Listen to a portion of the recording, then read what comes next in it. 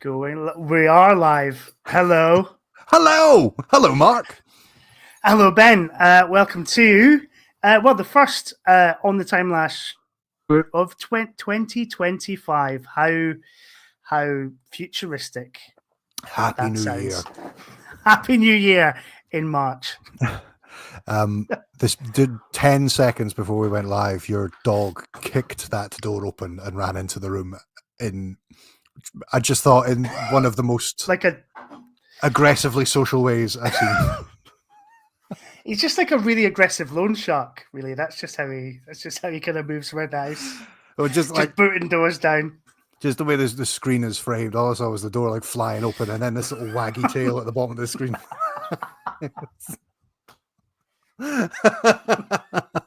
It came in like the dog version. I remember that guy was being interviewed for BBC News, and his kids burst into the room. Yeah. How are you, Mark? Sorry, we tried to make this a monthly feature, and then everything just got on top of me primarily for the last couple of months. So this is our first one of 2025. Yeah, but that's all right. That's okay. You know, things happen. Let's see how many we can fit in this year. New Doctor Who's almost over, so we could actually just resurrect the podcasts. Yeah, I wasn't expecting it to be that quick a turnaround, really. What a celebratory ourselves last year. Yeah, celebratory 20th anniversary. In fact, it's this month. The end of this month, 26th of March, 20 years since Rose was first broadcast. And then that'll be the end of Doctor Who, if rumours are to be believed. Well, yeah. I mean, Russell T. Davis, the T stands for Ty brought you into this world, and I'll damn sure take you out of it again. I mean, I defy anyone to think that wasn't at the back of their mind slightly when the announcement was made. Yeah, a little bit. You know, or at least some sort of significant change of this. What a fucking downer way to start this. Let's oh, sorry, yeah. Hey! I tell you what, the ever reliable classic Doctor Who. Boom, this arrived. I got this. Well, it's funny because I was just sort of watching the views counter just sort of tick down as we were kind of talking. Then like, fuck this. I don't want another bloody Doctor Who live stream on the internet where everybody bangs on about how Doctor Who's dead. Doctor Who isn't dead. It will. And on that's because there's high def remasters of 1970s Doctor Who that I don't think anybody thought we'd ever get a high def remaster because it was so, piss poor quality in terms of like what we had left. Like in terms of like the sort of materials that they had left to remaster. Yeah. It was like, is this actually going to is it actually going to work? Because they kind of glow up. And having watched 3 episodes of Ambassadors of Death, which I think I'm right in saying is the one that's the most sort of tricky one to kind of remaster, I suppose, in terms of existing material. It looks great. Obviously it's not crystal clear because it can't be, but in terms of like the colorization, and sort of just the kind of upscaling of the image, I think it looks really, really good. When I first got the VHS of Ambassadors of Death, with my mum's W.H. Smith points down at the branch of Cameron Toll, like that would just fade in and out of color and black and white for the 7 episodes. Like that was as good as it was. Yeah. And when was that? 2000, and it was in the last 25 years. I haven't seen Ambassadors of Death, and I haven't seen much of the box set. I watched Doctor Who and the Cave Monsters, the edit of Doctor Who and the Silurians, and it looks amazing. Like it's and just sticking on a couple of the other discs, like all of it looks great. Like in a way that it's just delightful. It's delightful to behold as a Doctor Who fan. Yeah, especially just for love and attention to detail, isn't it? Really? Yeah. And also, like, I think there's probably more celebratory box sets that feel more like a big celebration.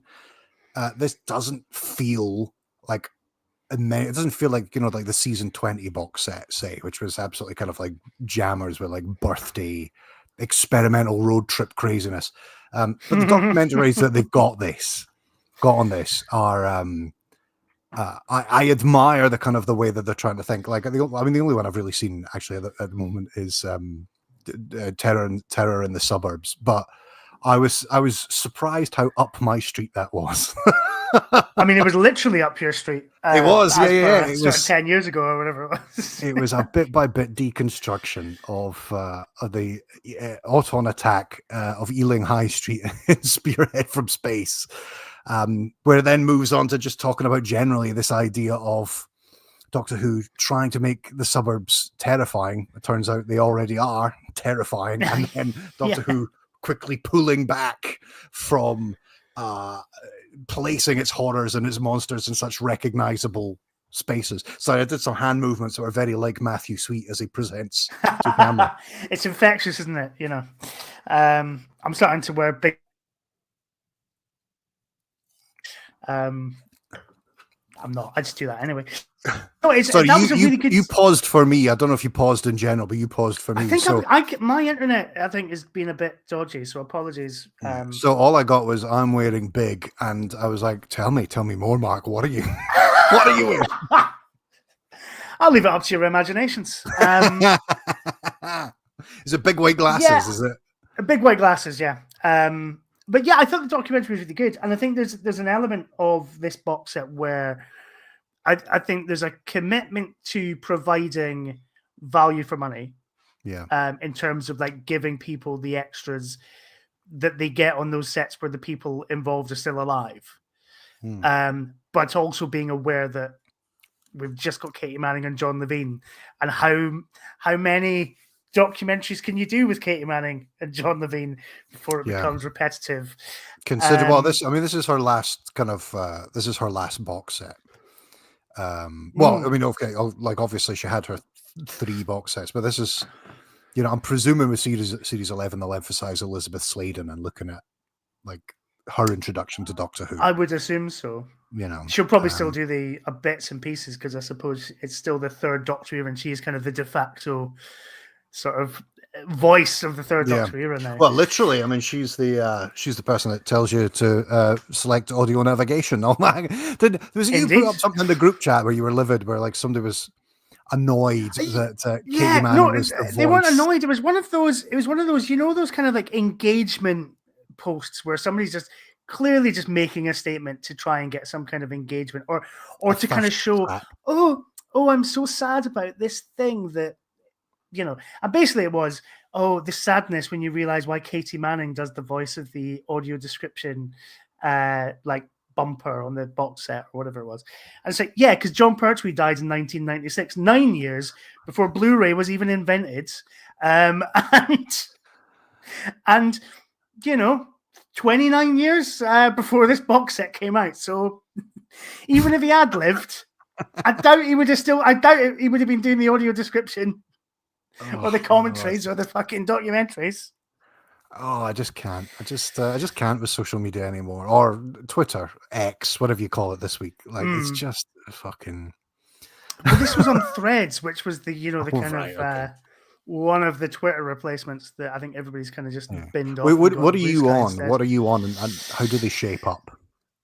I'm on Blue Sky, which is basically just like Twitter, for good or ill.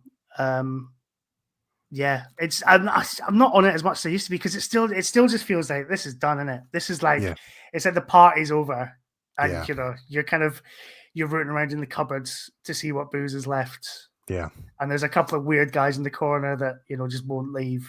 Yeah, like, and you're like, am I one of those weird guys? No. I'm still having time. I've still got an account, and. I teased Matthew Purchase over the weekend there, which I kind of regret, and I think that'll probably be my exit from Twitter now, because I think it's like, forget it. You can't exit after having a little mess around with Matthew Purchase, because then it's a bit like, hey guys, I've listened to your criticisms, and I'm going to be taking a little break from social media. I'm going to take a step back. You're in full-on apology video territory there, where I think what you did was quite funny, and ultimately, He's not somebody that can read nuance or. Nah, but I just felt bad. I mean, especially since I saw, after I was doing that, I saw Philip Morris saying something just absolutely fucking phenomenally off the wall. I just was like, I can't, I can't use my powers for bad. What if? So I also like, there's just no joy to it anymore. It's all AI bot stuff and fucking threads about like, I don't know, some fucking, anyway, right. Again, we're trending into that territory about, forget it. We're talking about positive things. How's your last couple of months in Who been, Mark? Let's talk about my last couple of. Interesting. Because I've got I'll move my little box set aside, which I've got. I'm a real fan. I got it through the post. I just haven't put it on Instagram or social media yet, so I thought I'd show it. So at least now it's on the internet, and the internet knows that I've done it. Indeed, so you can see my copy of Doctor Who: The Legend, which. I wanted to use. Is that that's the original one, isn't it? That's not the reprint, the hardback one where no, there's no Eccleston on it. This is the one where that's what I mean. So it's the one before. Yeah, Richard E. Grant's Schalke Doctor is listed as an official Doctor here. Interesting. In this version, and I got it going to go to Panopticon in 2003 for the 40th anniversary, and it has loads of where is it? Oh, fucking show you later. Loads of newspaper cuttings. It's got it's got loads of autographs from the people who are now largely all dead. But what I've used, and it's just too heavy to carry around as like the autographing thing. So I've just used it as a place to put loads of autograph bits and pictures and all that kind of stuff. So, so here's me at Capital Sci-Fi Con with Peter Davison and Janet Fielding. Oh, very nice. There you are. That's I'm pretty happy with that. It looks like I've taken my mom and dad out for a day trip to Mars. That's what it looks like. But going to these events is increasingly like just sort of. I think it was Dylan that said this. That his fiance Daisy. Whenever he comes back from a convention, she's always delighted by the pictures of all the pensioners that he's met that weekend. Yeah. There's no danger for a partner. There is no sense of danger or infidelity. I know. I mean, I've got. Hang on. Let me get my. Actually, I've got a couple of things here that's what I could talk about.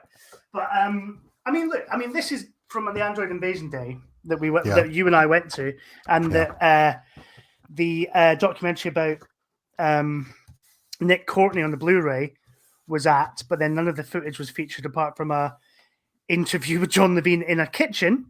A really depressing looking kitchen. Where they were doing the teas up the back of the hall. Where Mikey, I think it was Mikey Smith was serving everybody tea. But I mean this photo here, I mean, look, it's a lovely photo if you know who those people are. But otherwise, it's just like I was maybe on a cruise, and this was like the sort of like elderly residents that I made friends with. It was like this was your last day working at the care home, and all the residents that could stand were like, "Oh, thank you so much. We really enjoyed you." Yeah, you've made a really great impact on the whole. We'll miss you. You have wiped our arses with aplomb. Thank you for your service. But in terms of last couple of months, and who I've not been watching anything really. Listen to Cut the Big Finish. Listen to the first of the Sacha Dhawan box set. Quite enjoyed it. Quite fun. But I did go. So there's a new railway museum. Very exciting. A new railway museum has opened up. Well, it's an old railway museum that's been completely renovated. Right. Just up the road from my house. And a couple of weeks back, they put on a comic con. Now, con being the operative word,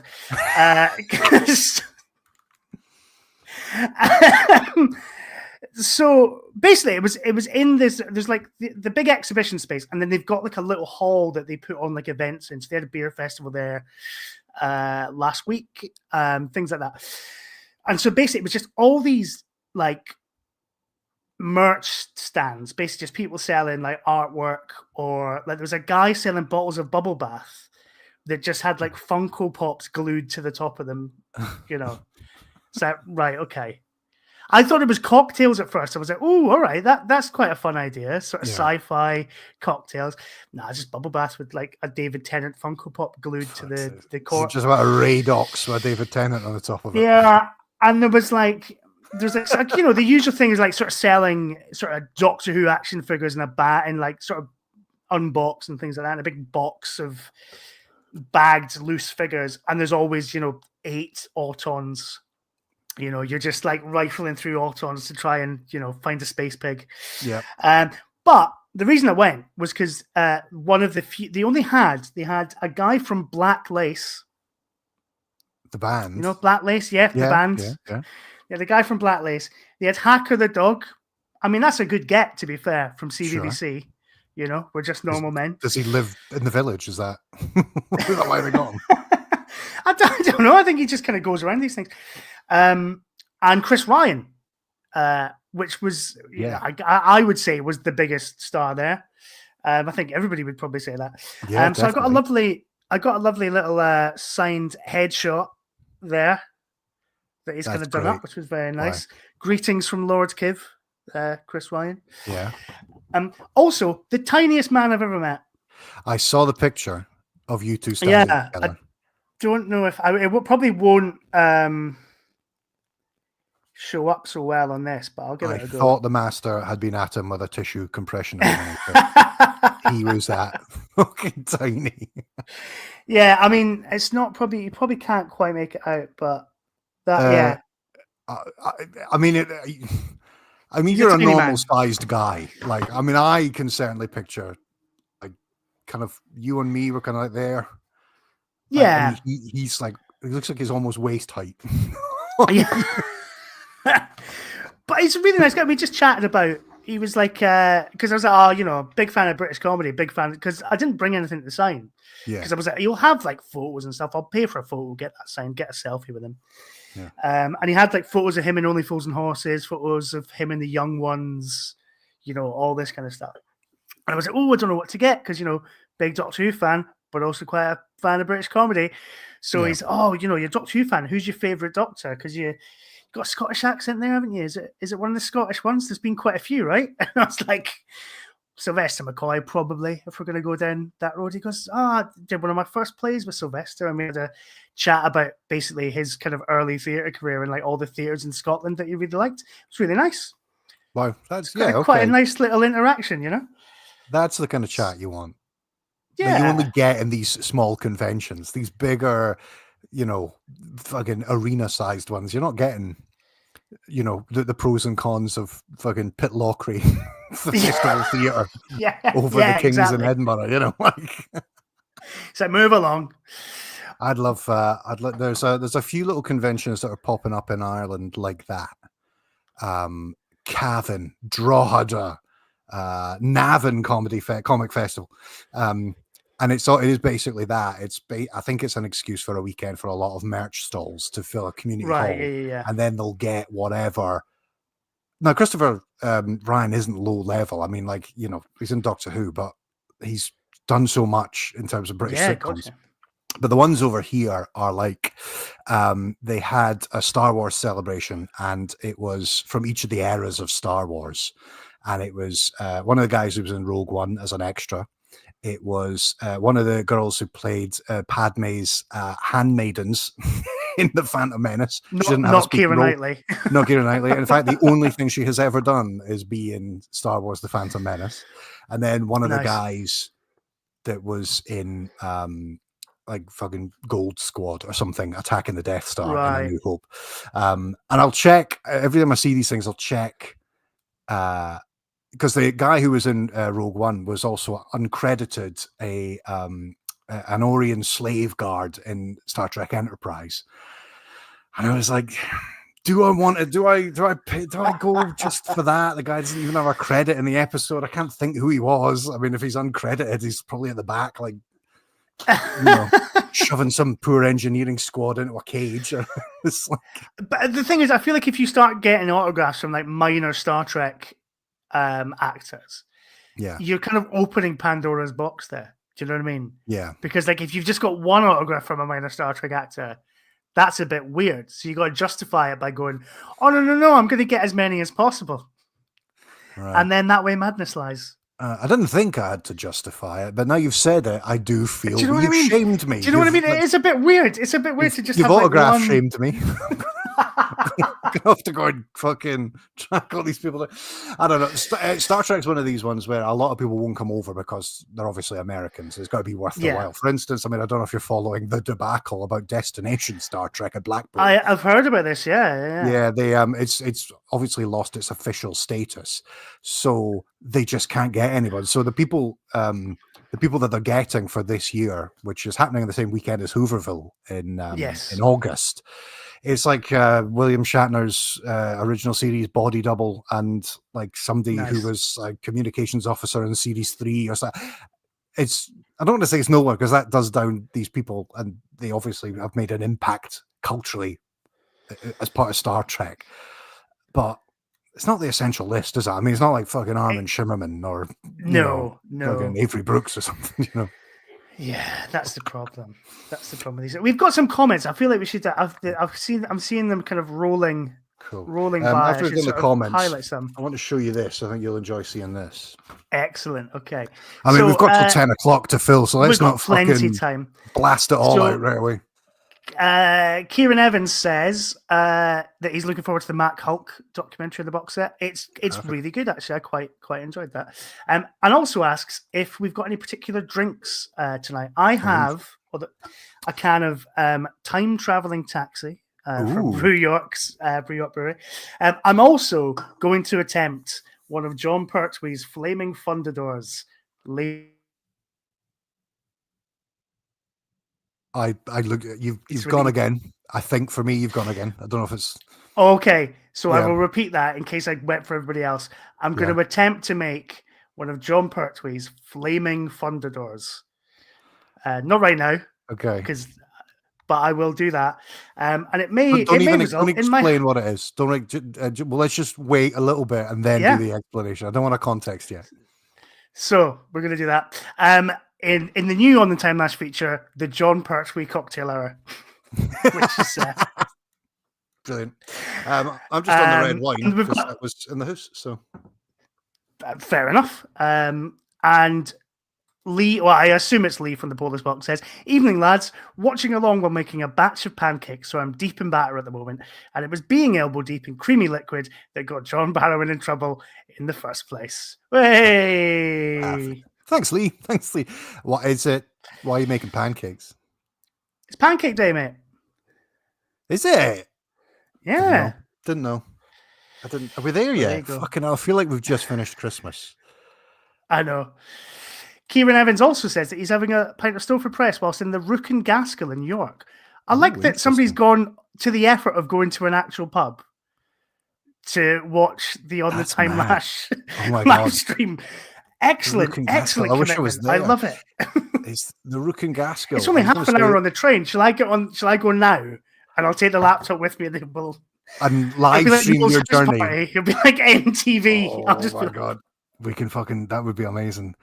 I love York. I don't know. So firstly, Kieran, I don't recognize your name. So firstly, I'm presuming welcome. Thank you for joining us. I love York. I don't know if you live there. I'm thanking you like you're the mayor and you're going to take some sort of like you. Yo, really? I built York. Yeah, my name is Mr. York. I love it. The Rook and Gaskell is. I feel like I know where that is, unless I don't. It's not one of my, because I go to York quite a bit now that I'm in Darlington. So, but it's not one that I know. So, like, I usually go like the Golden Fleece. New best friend, Kieran. Mark, new best friend. But I tend to go like the Golden Fleece or like Brew York's Tap Room, or like, there's a few other kind of places I like. I don't know the Rook and Gaskell. So I love the Golden Fleece.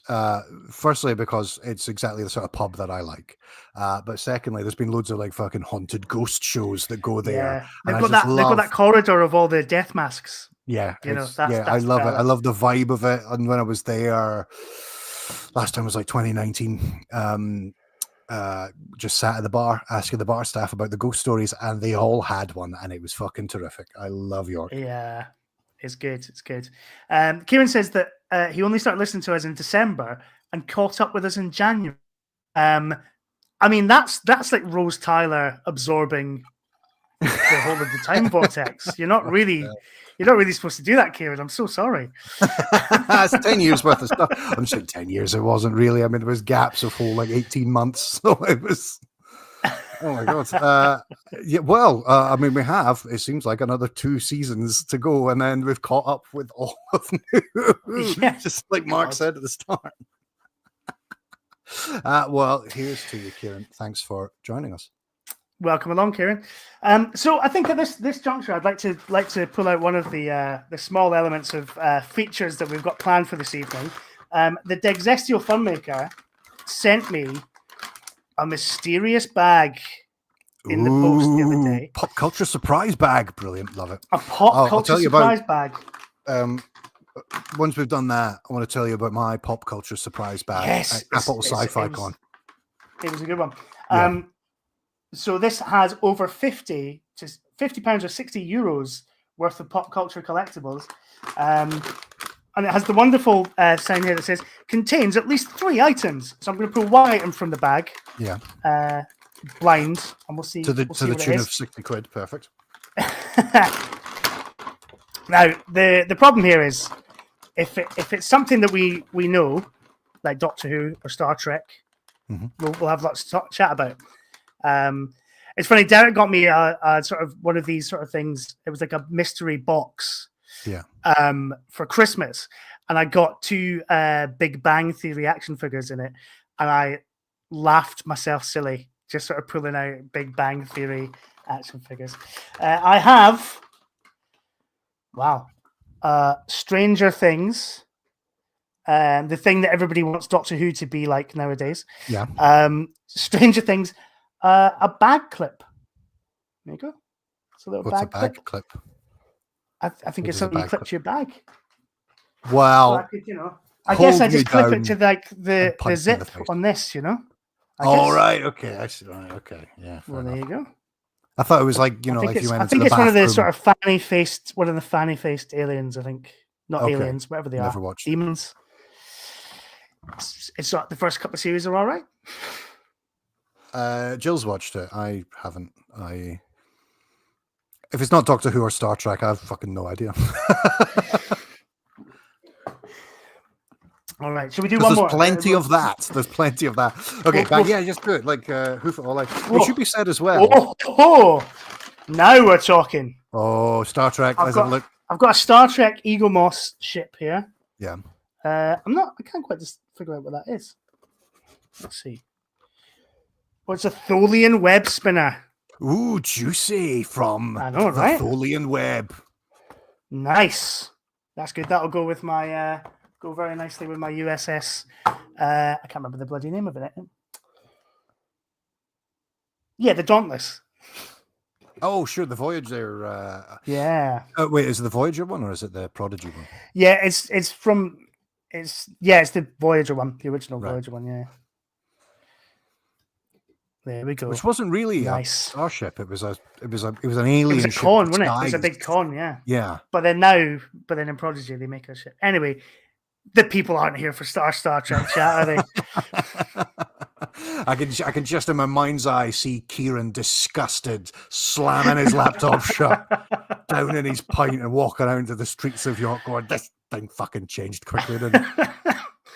Mikey Smith's here. Cheeky little Mikey Smith. He's sorry he's late. He got all confused with our transmission times. That's the problem, isn't it? Nowadays, that's the problem. Because obviously this whole live stream went up on iPlayer at midnight. Yeah. And people could have watched it there, but so thanks for coming here to watch it at the right time. You could have watched this half cut coming in from the pub, or over breakfast with your children. Exactly. Yeah. If those times were one and the same. But so your pop culture bag. No, was there a third thing? What's the third thing? Or are you saving it? I'm going to do some more through the day. through the next hour. We're not here for a whole day. That would Feels be like this is ridiculous. a fucking children in need thing that we've got. Let's just eke out a very thin level of entertainment until we hit 10 o'clock. No, I'm into these bags are great. So it should be, I mean, it's worth saying as well. Derek does that as a kind of little side hustle on eBay, and he'll like get these eBay things. He loves bargains. He loves coming across unique items in charity shops, and he now parcels them up and sends out these wonderful little bags, these gift bags as well. I can see the appeal. Capital Sci-Fi Con was great. I don't know if anyone's obviously Lee is from Edinburgh and he's watching. I don't know if there's anyone else from Edinburgh watching or anyone's been to Capital Sci-Fi Con. I think for a small scale that it is, it's one of my favorite sci-fi cons. There's a lot of like stalls will offer these kind of like surprise bags, like potluck tenner, and you get like a bunch of stuff. And there was like Star Trek bags, so it's themed specifically. So not necessarily just kind of pop culture. So I got a Star Trek bag. And so I wasn't convinced until I saw somebody when I was at the bar opening the Doctor Who bag, and they got like actual season 7 DVD, like sealed, as well as like a bunch of books and a bunch of magazines. And that was for a tenner. They got like an actual complete series. And I was like, okay, well, I've got that. So I'm not going to get a Doctor Who bag. I want to get a Star Trek bag. Paid a tenner. Got the 3 Kelvin universe movies and Star Trek Gold Key annual from 1978, the making of Star Trek Deep Space Nine, a couple of remember when films came out and you got poster magazines? Got some Star Trek Generations poster magazines. I got what did I get? The official Star Trek fan club. Ooh, juicy. Just put my Tholian webs for now on the shelf. That looks great. So what that looks like is when the Tholians show up in Star Trek Enterprise. I think it is, yeah. And that's the version that they're using yet. But like, I'm now converted to. I thought gift bags would just get rid of any old shite. And in a way, it kind of is. Oops. Couple of passports there, Mark. Do you need to leave the country? Wow, the camera's good if you could see what that was. Yeah. Yeah, I always keep my passports in my desk just in case, you know. just really close by in case you need to fucking grab it and run. Okay, now we know the kind of life that you're living. There's a bag packed by the door. Oh, aye. Yeah, you got to have a go bag. Yeah, okay. Can I show you this? I think you'll want to see this. This is... Yes, please. Okay, so when I was home recently, I got... like all the kind of fan stuff that I've accumulated, like my picture with Colin Baker, my picture with Louise Jameson, all these bits that I'd kind of never been able to get across yet. Just kind of like personal fan curios. And I found this. I found a little pullout from the Edinburgh Evening News from 2003. Talking about the 40th anniversary of Doctor Who, but with a big spread feature about the Edinburgh local group. So let me see. Oh, it's not. Is it the one? Oh no, it's not the one I thought it was.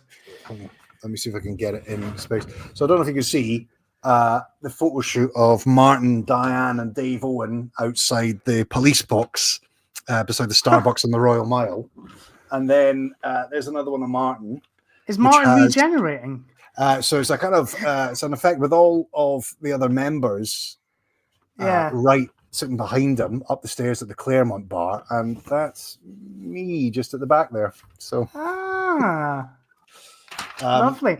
I thought you were going to show me the one they did a couple of years before that, where David A. Porter was dressed as Sylvester McCoy, and the Evening News reporter asked us, what's your name? What do you do? I'm David A. Porter. And then yeah, that's not his name. But that's how he's. That was before my time. So I didn't get that. Do you want to see? Do you want to see a picture of me on my 18th birthday that makes me look older? I don't know. Do I? Than I am at the age of 40. Let me see if I can find it. Here we are. Actually, I don't know if I want to show this online.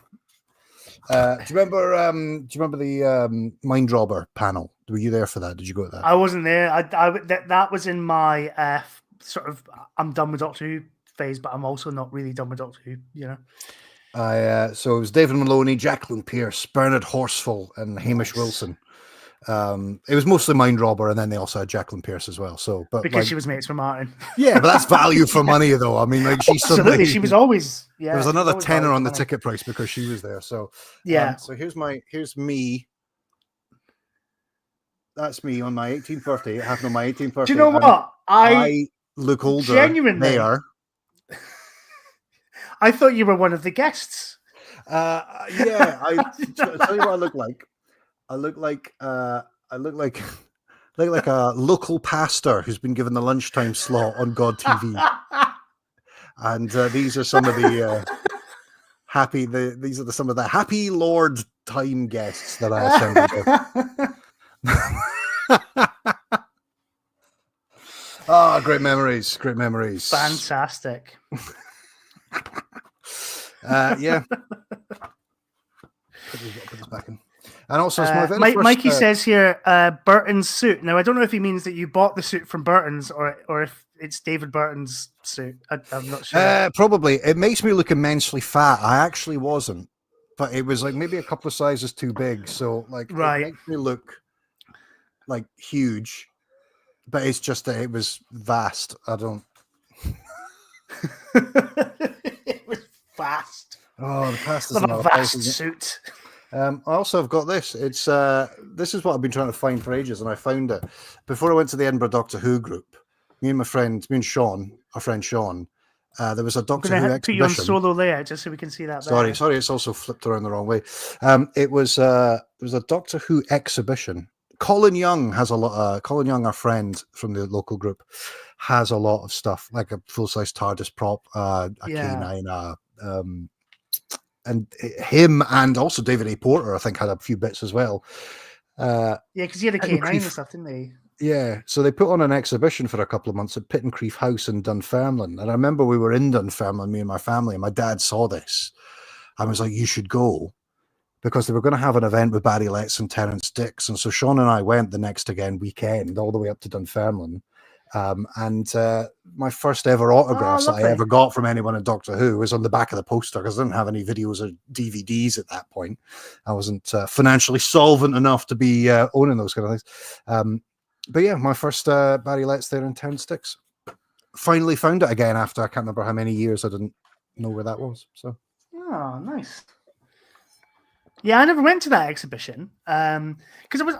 I don't know when. I'll remove you from. Yeah, you can take me from full screen now. I don't. I almost kicked you from the studio there. That's not what I wanted to do. There we go. Yeah, 2002, 2003. Like, I feel like I wasn't into Doctor Who, but maybe I just wasn't going to the Edinburgh group anymore, and I was kind of just maybe getting the odd DVD. But I was kind of like, I remember watching Scream of the Shalka and be like, yeah, this is a done show. Even though by that point, I kind of knew it was coming back. And this was prime UK gold territory. Yeah. You know, like you kind of didn't need to have, in that period, you kind of didn't need to have any home video releases because it was every Saturday, Sunday morning and Friday nights at that point as well. They were also doing black and whites, you know, so oops, there's a fart.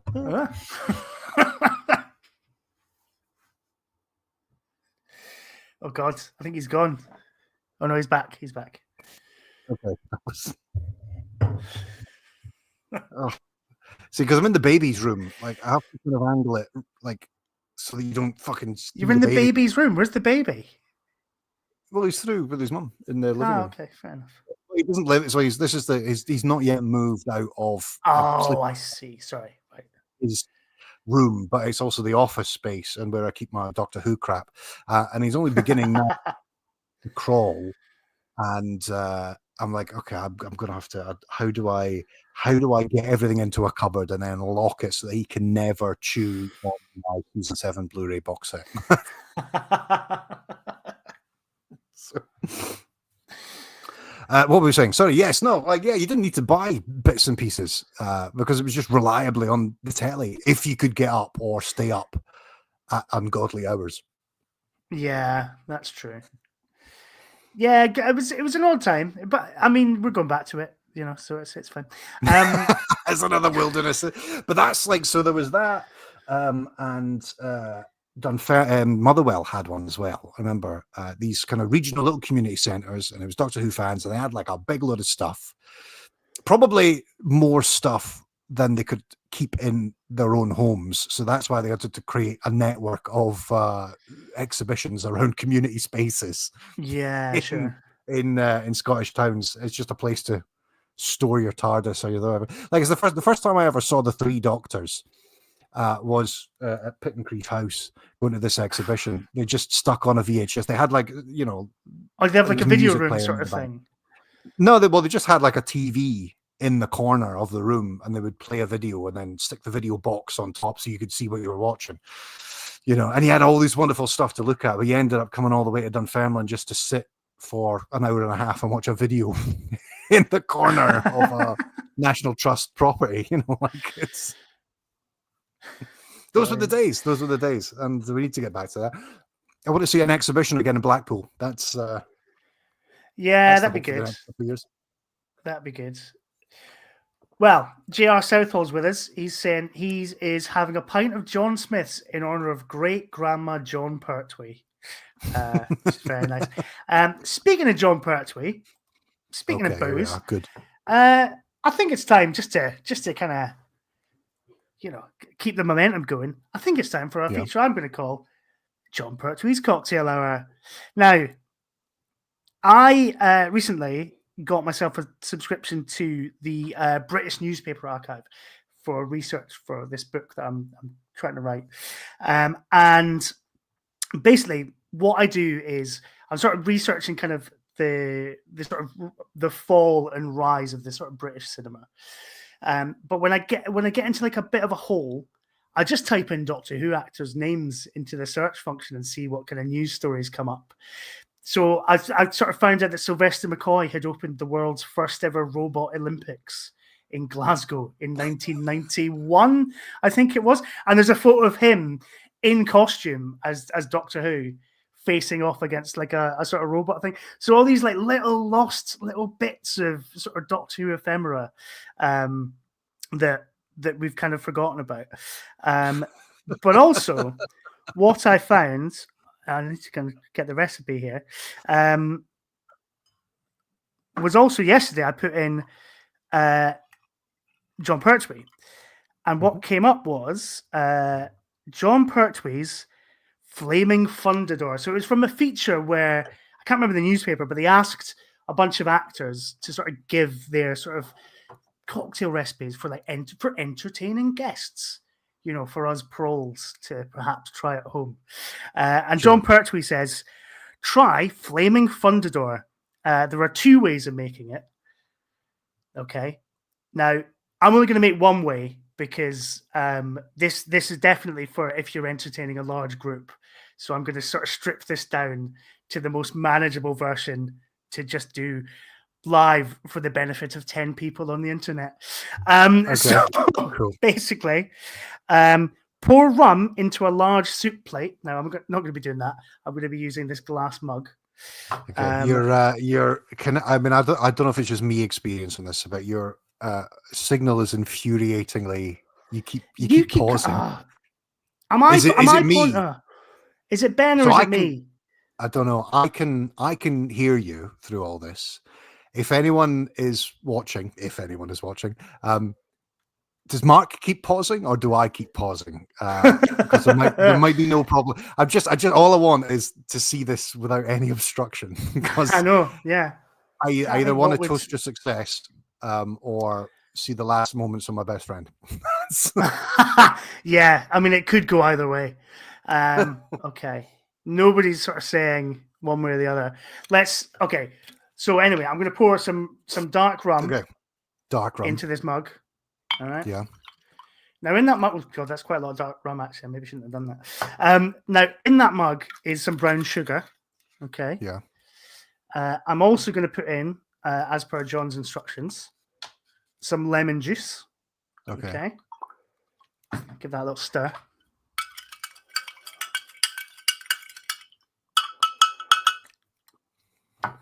Ooh, that was boozy. Now, this is the bit which may get me killed. So John suggests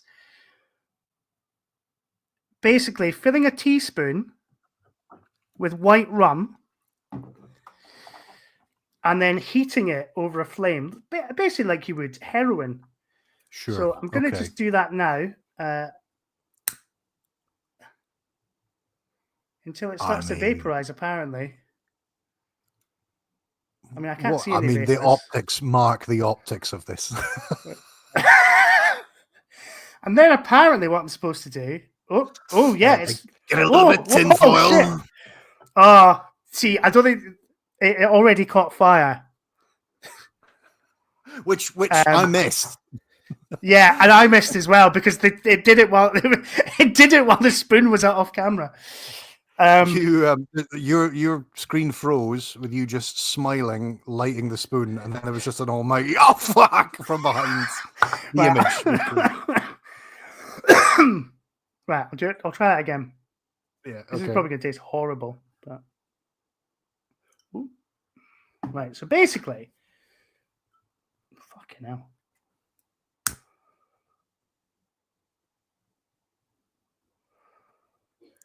Okay, so the spoon.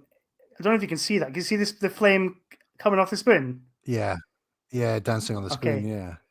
So now, apparently, what I'm supposed to do is throw this flaming spoon into there, but it's it's hard to get across in the camera. But basically, this mug was supposed to also flame, but it didn't. But what did happen was the spoon remained flaming. Yeah.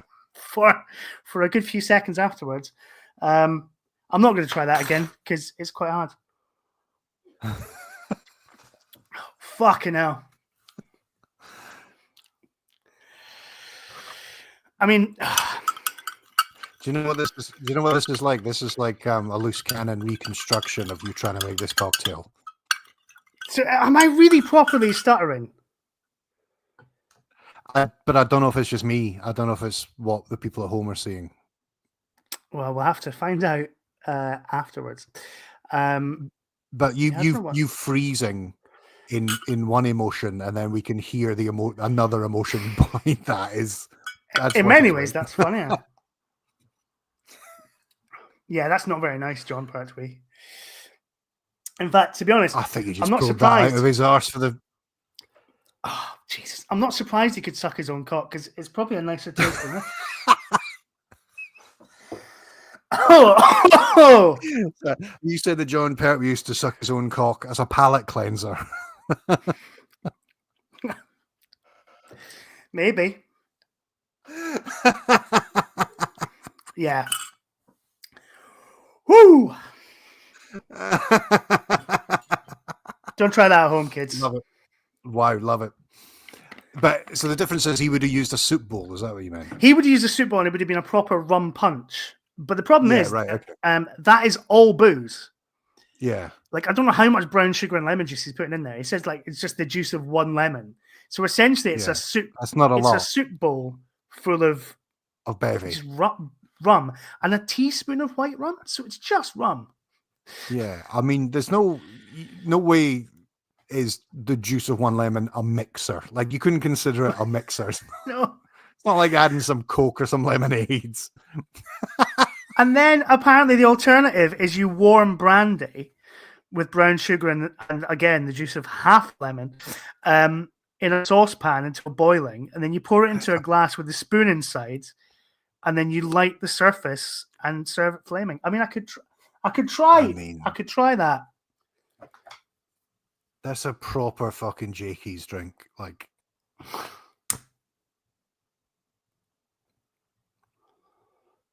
It's not catching. Nah. Well, anyway. I feel legally to cover ourselves, we have to say, don't try this at home. Don't try this at home. Don't try this at home. It was a different time. This was from like 1950. Yeah, this was from 1958. It's a different time. Oh, this was before he was even. This was when it was like still fucking Navy Lark. I mean, that makes sense. That's definitely a drink that they fucking when they were off their faces. Like, like in the army kind of stuff. I'm going back to something a bit safer now. For it's another kind of time traveling taxi. I admire that. Well done, mate. That was a great feature. Is there? I'd love. Yeah. Is there any more? Do we have anything when we do these again? Is there any more? I'm going to look into actor, it. I'm going to look into it. Yeah. I bet. Well, I mean, there's a whole bit fucking shed load of them. Well, Richie and his Richie's friend Owen, who is the Infinite Review on YouTube, they did that great video about the Doctor Who cookbook, in which a cookbook that you would think was primarily aimed at, because it was a kid show. What? It's just full of cocktail recipes and just booze and things like that. So, yeah, we could try that. Maybe that's the new version of On the Time Lash. We just do sort of Doctor Who actors' favorite cocktails.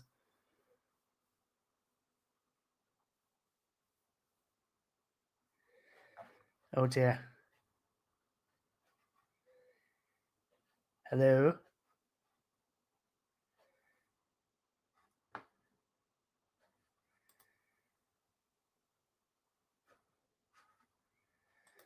Oh no.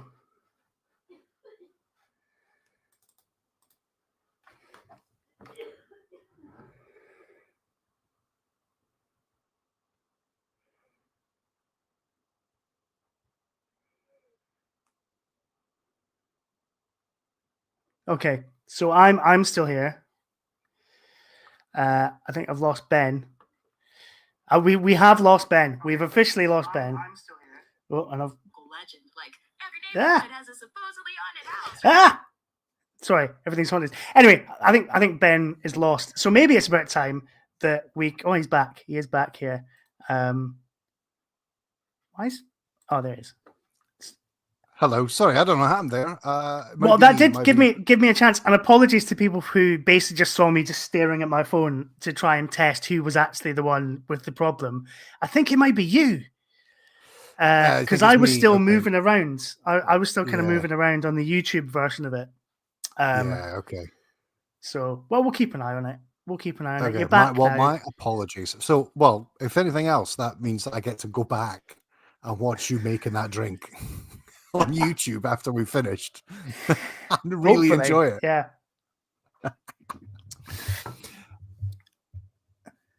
Well, cool, that was right. That was a thing.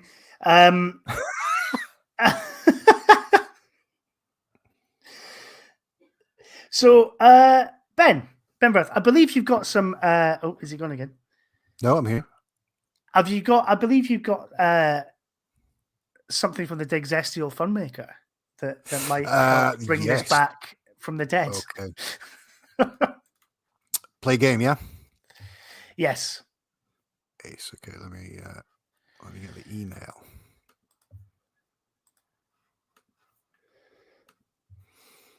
Cool. Yes, I do. Here we. Oh, no, Kieran has also given us some good perspective here on my cocktail making skills. That he's a chemist, I believe. Yeah, he's a chemistry postdoc, and he's at a proper fire in a lab. So what I was doing was absolutely fine, no danger whatsoever. It's good to know. Good to know. Hopefully not like tonight, like a couple of hours ago, and that's why you're in the pub. He's just recuperating from the he just like the whole building on fire. He just like walked straight out into the pub, just started sculling pints because the questions in the morning. he's gonna need to. I do. I've got a little. Have you got something from Derek as well? Yeah. No, I've just got the bag. So you are in charge of Degsy's what? No, hang on, I'll do that again. It's time for Degsy's what? What is it game? Better when David Tennant does it. There's two categories. Okay. Games, category 1, and books, category 2. Right. So which one would you like to start with, Mark? Let's start with books. Books. Okay, so it's usual rules. You have 20 questions to identify what book of which I am looking at right now. And you can ask any question. All I can say is yes or no. Floor is yours, Mark. Okay, is it classic or new series? Hang on, it's yes or no, isn't it? I'll start that again. It's because it's yes or no. Is it classic series? Yes. Okay. Hesitated there. Interesting. Yeah. Okay, so it is classic series. That is not 100% of the answer. Well, okay, so that leads me to my next question, which is it like like a past Doctor adventures kind of a deal? Yes. Was it published like during the Wilderness Years? No. Oh, okay. Interesting.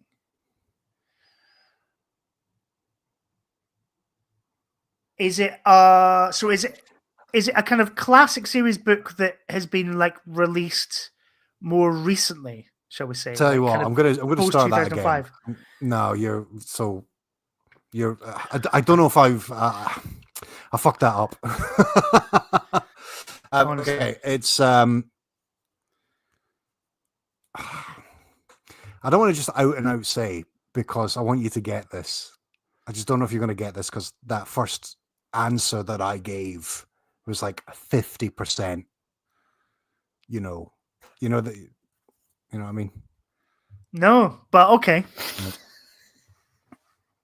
Okay, so we're starting again. It's both classic and new, right? There you are. You got a little bit of info up front. It's both classic and new. I mean, if anything, that's made it harder. Okay. Well, in that case, so is it not? Is it non-fiction? No. Is it? So it's fiction then? Yes. Is it like a Doctor Who annual? No. Okay. It's a fiction book. And was it published like during the classic era? Oh no, wait, because you said it's. I'll scratch. Okay, you've done it there. No, forget it. Don't worry. You get that's a little. Because it's not, of course. Yeah, you're right. Because it's both, isn't it? Is it? Oh God. Is it like a short trip? I mean, no, because Derek wouldn't expect me to get some kind of like very specifically get whichever short trips collection it would be. So I'm not going to ask. That would be harsh. But is it a short story collection? Yes. Right. And it's a physical book. It's not like a kind of audio. So it's a physical book. Is it? It's a physical book, yes. Right. Okay. Cool. Because I was thinking, because obviously they did that re-release of like the annual stories, didn't they? Where they were like all read by Doctor actors, but that's fine. So it's a physical book. Is it the 12 Doctors of Christmas? No. Oh, okay. Thought I was on something there.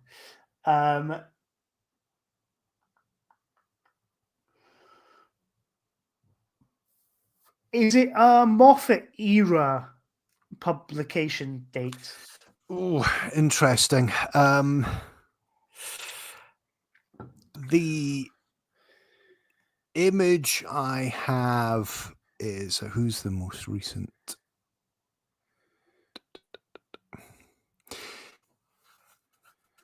You know what? I'm gonna say yes to that. Okay. So it's a fiction book. It's classic series and new series, which suggests a kind of collection of stories featuring multiple different Doctors. Oh, there was an assumption there. There is an assumption there. Oh, maybe that's the wrong thing. No.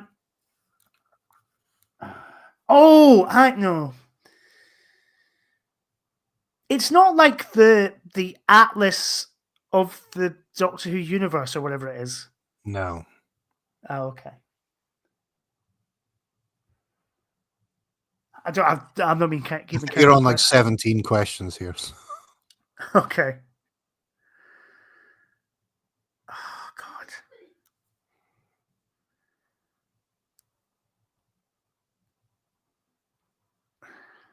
You said a sentence earlier on that brought you very close. It just wasn't 100% correct. There was an assumption in amongst truths. An assumption in amongst truths.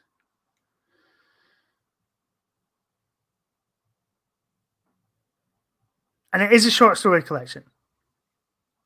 Yes, it is, yeah. Which you can have as an extra question because it's just reiterating a question already.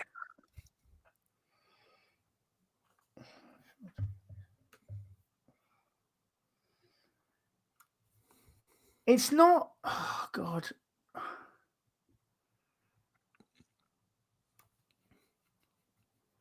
I didn't know about this book. And it's an official BBC publication. Yeah, it is, yeah. Okay. By, if it matters, Puffin is the publishing house.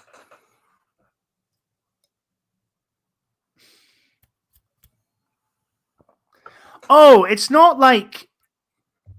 No, wait, no, because it's short stories.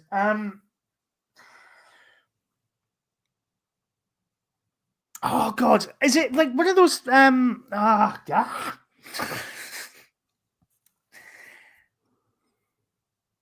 Is it like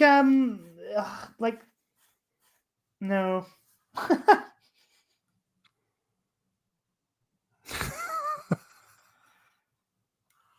I feel like there's something like a doctor. Is it that poetry book? That no. No.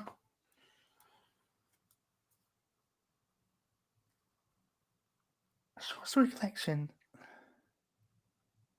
Peng Puffin. Classic and new series.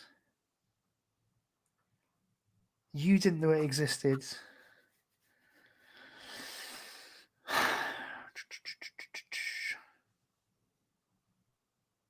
We've got dead air here. I think that's probably the questions. Do you give up? I give up. Okay, it was, and I didn't know about this. Doctor Who origin stories: the early lives of friends and foes as they've never been told before. Oh, I tried listening to the audiobook of that, and I gave up about 10 minutes into the first story. Why was it? Was it shit? Like, was it? Oh, I couldn't get on with it. I really couldn't get on with it. Fair enough. So it's big picture on the front of like loads of different companions. It's presumably stories all about companions, but it's right. So that's a different one. Sorry. Sarah Jane, Ace, and Joe Grant are on the cover with Clara and Amy Pond and Rory and Martha. I see. No, I did know that exists. That isn't the one I thought it was. I was thinking of, there was another one. It was like the stories in between or something. And it was like short stories. But so there was like a story set between Time Flight of an Arc of Infinity where Tegan goes to the Australian outback, and it was written by Janet Fielding. Right. Okay. Mm-hmm. That kind of thing. I thought, okay. I thought that's the one you meant, but no, clearly not. No, it's not. Do you want to wait for the second category? Do it a little later. I've got one for you. So we could do that if you want. Yeah, sure. Let's see, what one will I go for? Wait, you said Derek hadn't sent you any. Has Derek literally just sent you some stuff just now? Is he? No, but he said he sent me ones at Christmas and then he resent them. Okay. Well, funnily enough, I saw resent first. Yeah. And it was just like resent. I was like, oh God, what have I done wrong? But then I saw the bit at the top and that. Well, let's also do books then, because I've got a books one here as well. Sure. Okay. So please. Okay. All right. Okay. So 20 questions. What is it? So, I can't tell you that. What the fuck is it? Okay. Is it classic series? Yes. Okay, so there was an so is it does it have Does it have new elements to it then, or newer Doctor Who elements to it? So I have read this book. So I'm going to say, well, no. The book itself, it's hard. So the cover of it does, but that's purely a branding thing. Right. Okay. So I'll just say that.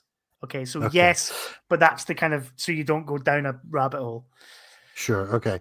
Is it a fiction? Yes. Okay, so it's a fiction book. Okay.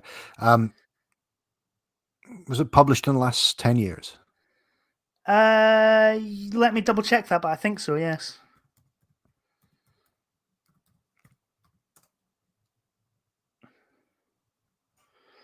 Yes, it was. Published in the last 10 years. Okay, so 2015 onwards. Okay. So it's a classic book in the, or a classic kind of series matter in the last 10 years. So 2015. Okay. And you've read it. Okay. So that's fine. Is it,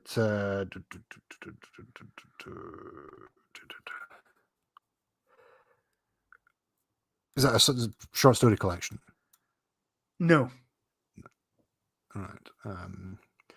Does it feature, or is it an original fiction? Yes. As in, it's not based on it's not a target or something. Yeah. Again, original fiction. Okay.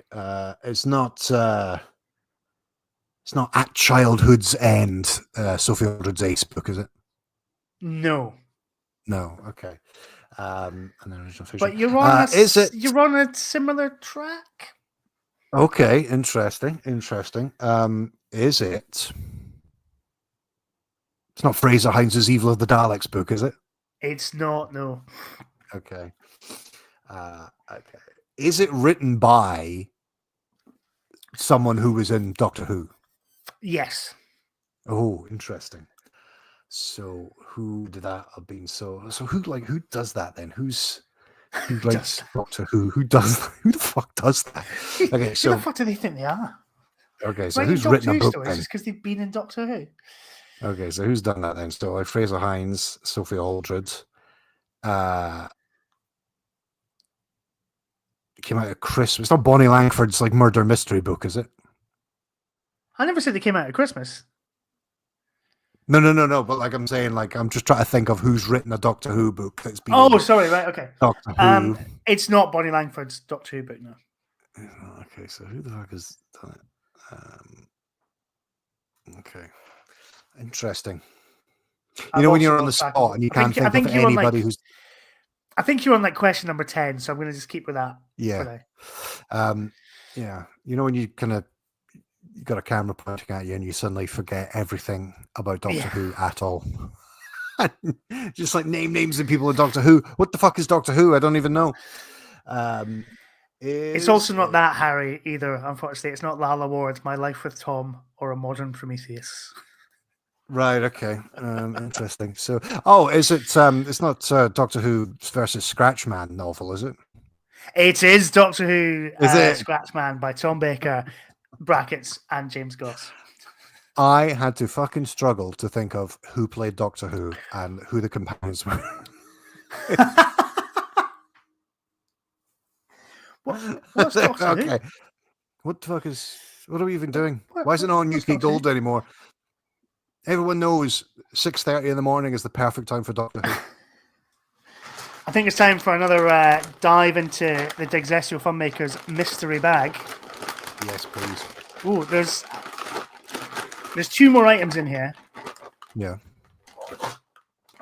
I think. Whoa! It is a Black Panther Wakanda Forever Funko Pop. Okoye, the Midnight Angel. I have no idea. I've seen Wakanda Forever, and I have no idea who that is. I think it's one of the Atlanteans, probably. Were the Atlanteans? I can't remember. Do you know, like, it's got to that point now with Marvel movies where they're just all kind of, you know? Right over your top of your head. I naively thought Can't remember anything. that I was when the baby was first born, and I'd have to sometimes stay up to let Jill get some sleep, and so I would stay up watching over the baby essentially. Like he would be asleep as well. I love that. Stay up and watching over the baby as if you're just like. Well, no, because he'd have to have you'd have to be fed every 2 hours. So rather than do a swap around, we would take kind of nights each. So I'd be up like whole nights. And I was like, well, this is a gold mine. I mean, this is a gold mine of time. All I have to do is sit on my arse. I don't have to be anywhere. I just have to feed a baby for every 2 hours. And when he was so small, he just wanted the food. There was no kind of thrashing about or crying or anything. I was like, I'm going to go through from the start all the Marvel movies. Life doesn't work like that. I think I got through the first two. and then I've never found time to even fucking scratch my arse since then. It's just... So yeah, I've no idea. I'm told that apparently it's the head of the female royal guards, and I'm like, oh yeah, of course it is. But then also, I do not remember them wearing that outfit because clearly Wakanda Forever just completely went over my head. So there we go. And yes, Namor has appeared in the MCU in that same film. I remembered that bit. I don't know. Anyway. So what's the last one? Doctor Who, Oh, well, we'll get the last one out. Get the last one out. That's a pretty diverse collection of things, you know. A bit of Star Trek, bit of Stranger Things, bit of Marvel. If I got that, I would immediately go and find that film and watch it. It does its job. Oh, juicy. We got a little Doctor Who item. Yeah. It is the Doctor Who Annual 2016. What a year 2016 was, eh, guys? Sure was. What a year. Look at that cover. Nothing says children's stocking filler more than a stern man.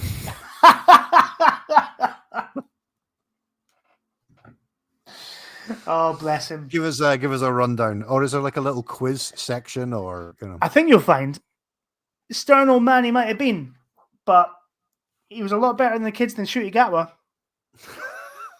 I haven't seen him surprise a bunch of special needs kids in an Doctor Who exhibition of you. He is. The fucking Dan Hadleys are coming out. Here you are. There's a lovely guide to Davros here. Which tells you everything you need to know about the Dark Lord of Skaro. Ooh. He's got, this is brilliant. So you've got here, artificial eye. Yeah. Withered body. Shouldn't laugh. Wicked to mock the afflicted. Black leather tunic. Single metal claw. Give us everything you need to know. That's everything you need to know about Davros. Give us a juicy Davros fact that has surprised you from that page. From this page, I think it's probably the fact they use the word withered body. Anyway, it's like you kind of think maybe Russell T Davies had a point when he was saying that Davros is just a lad that wanders around now, so that we don't have that. Anyway, withered, but there's those optics aren't great. That's a decade ago. And it should be ashamed of itself. What else have we now? It would be something like withered body brackets, which is totally fine. Which is actually amazeballs. Close brackets. Yeah. Oh, there's a little board game, a little time heist board game. You know, everybody's favorite season 8 episodes. Oh my god, I want to be the Bridgerton guy.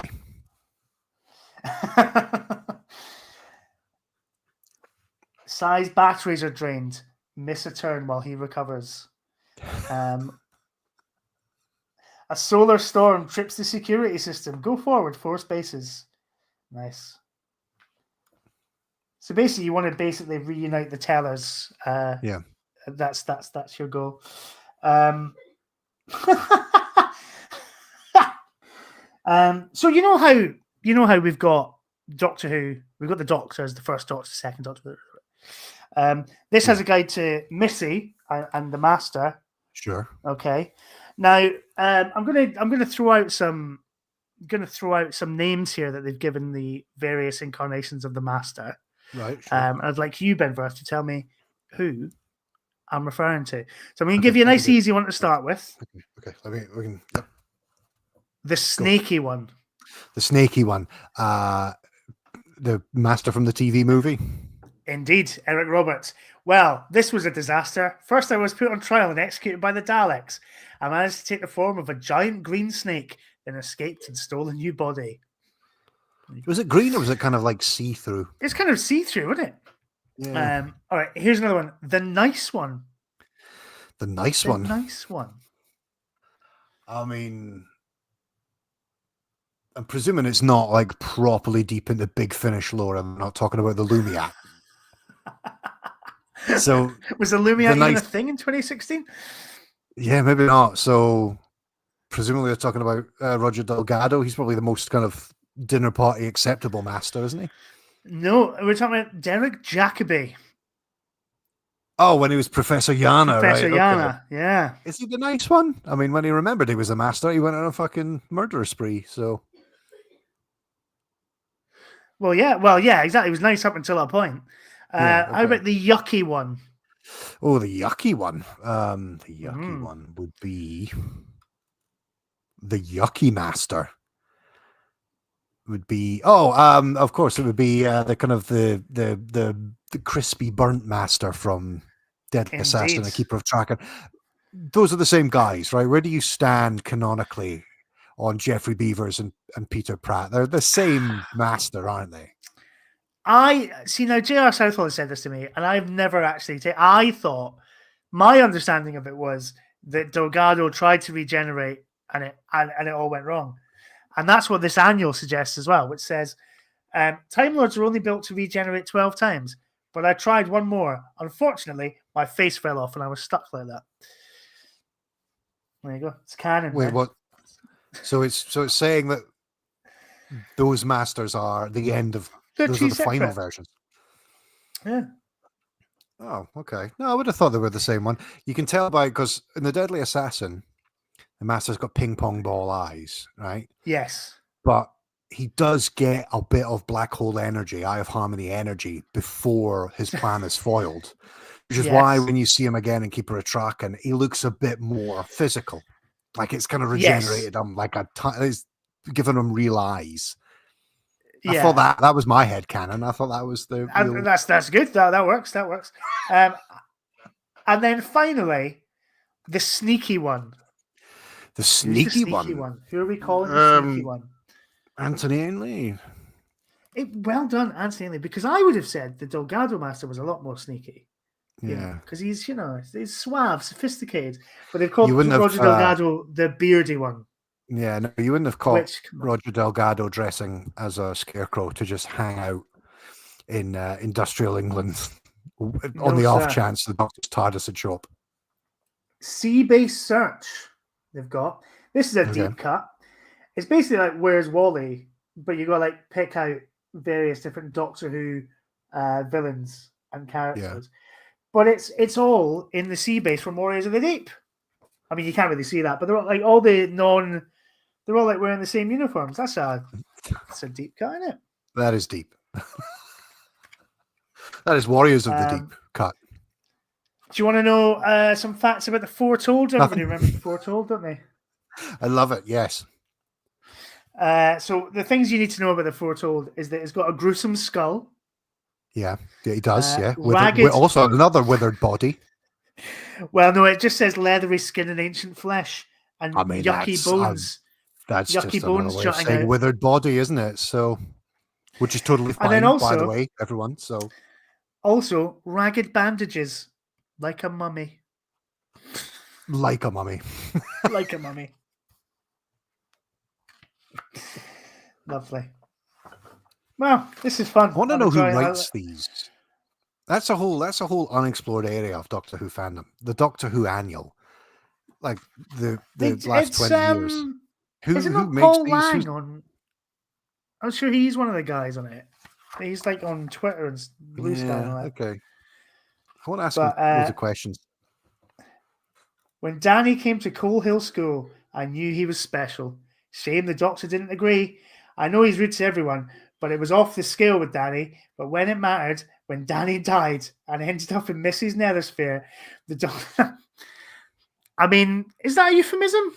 Mrs. Nethersphere? I don't know. It sounded like, and you read it like a John Betjeman poem. The doctor did everything he could to get him back. Danny saved me and everyone in the whole world from the Cybermen, and I'll never forget him. And then this guy, there's got like Danny here, and he's got a little speech bubble that says, I died saving Clara. The rest of you just got lucky. Fuck you, Danny Pink. You're not a hero after all, are you? You're just a selfish prick, just as I always thought. What a thing to read on Christmas morning. Yeah. You're only here because I fancied Jenna Coleman.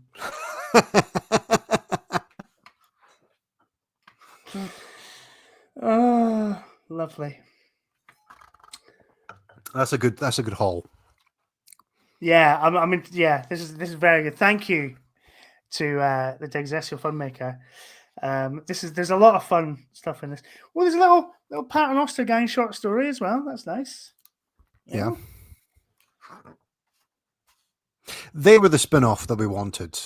I'm just going to put that out there into the universe. What, instead of Class? Or the war between your nan and Maggie. Yeah, well, we still got that to look forward to this year, haven't we? Look forward to, sure, yeah. It's mad that's going to be the last. It's mad that a spin-off, sort of a unit spin-off, is going to be the last bit of Doctor Who for a while. I mean, look, Doctor Who's going fucking nowhere. There'll be something, some deal will be made, whatever. But it is also strange that that's our last, probably going to be the last bit of things.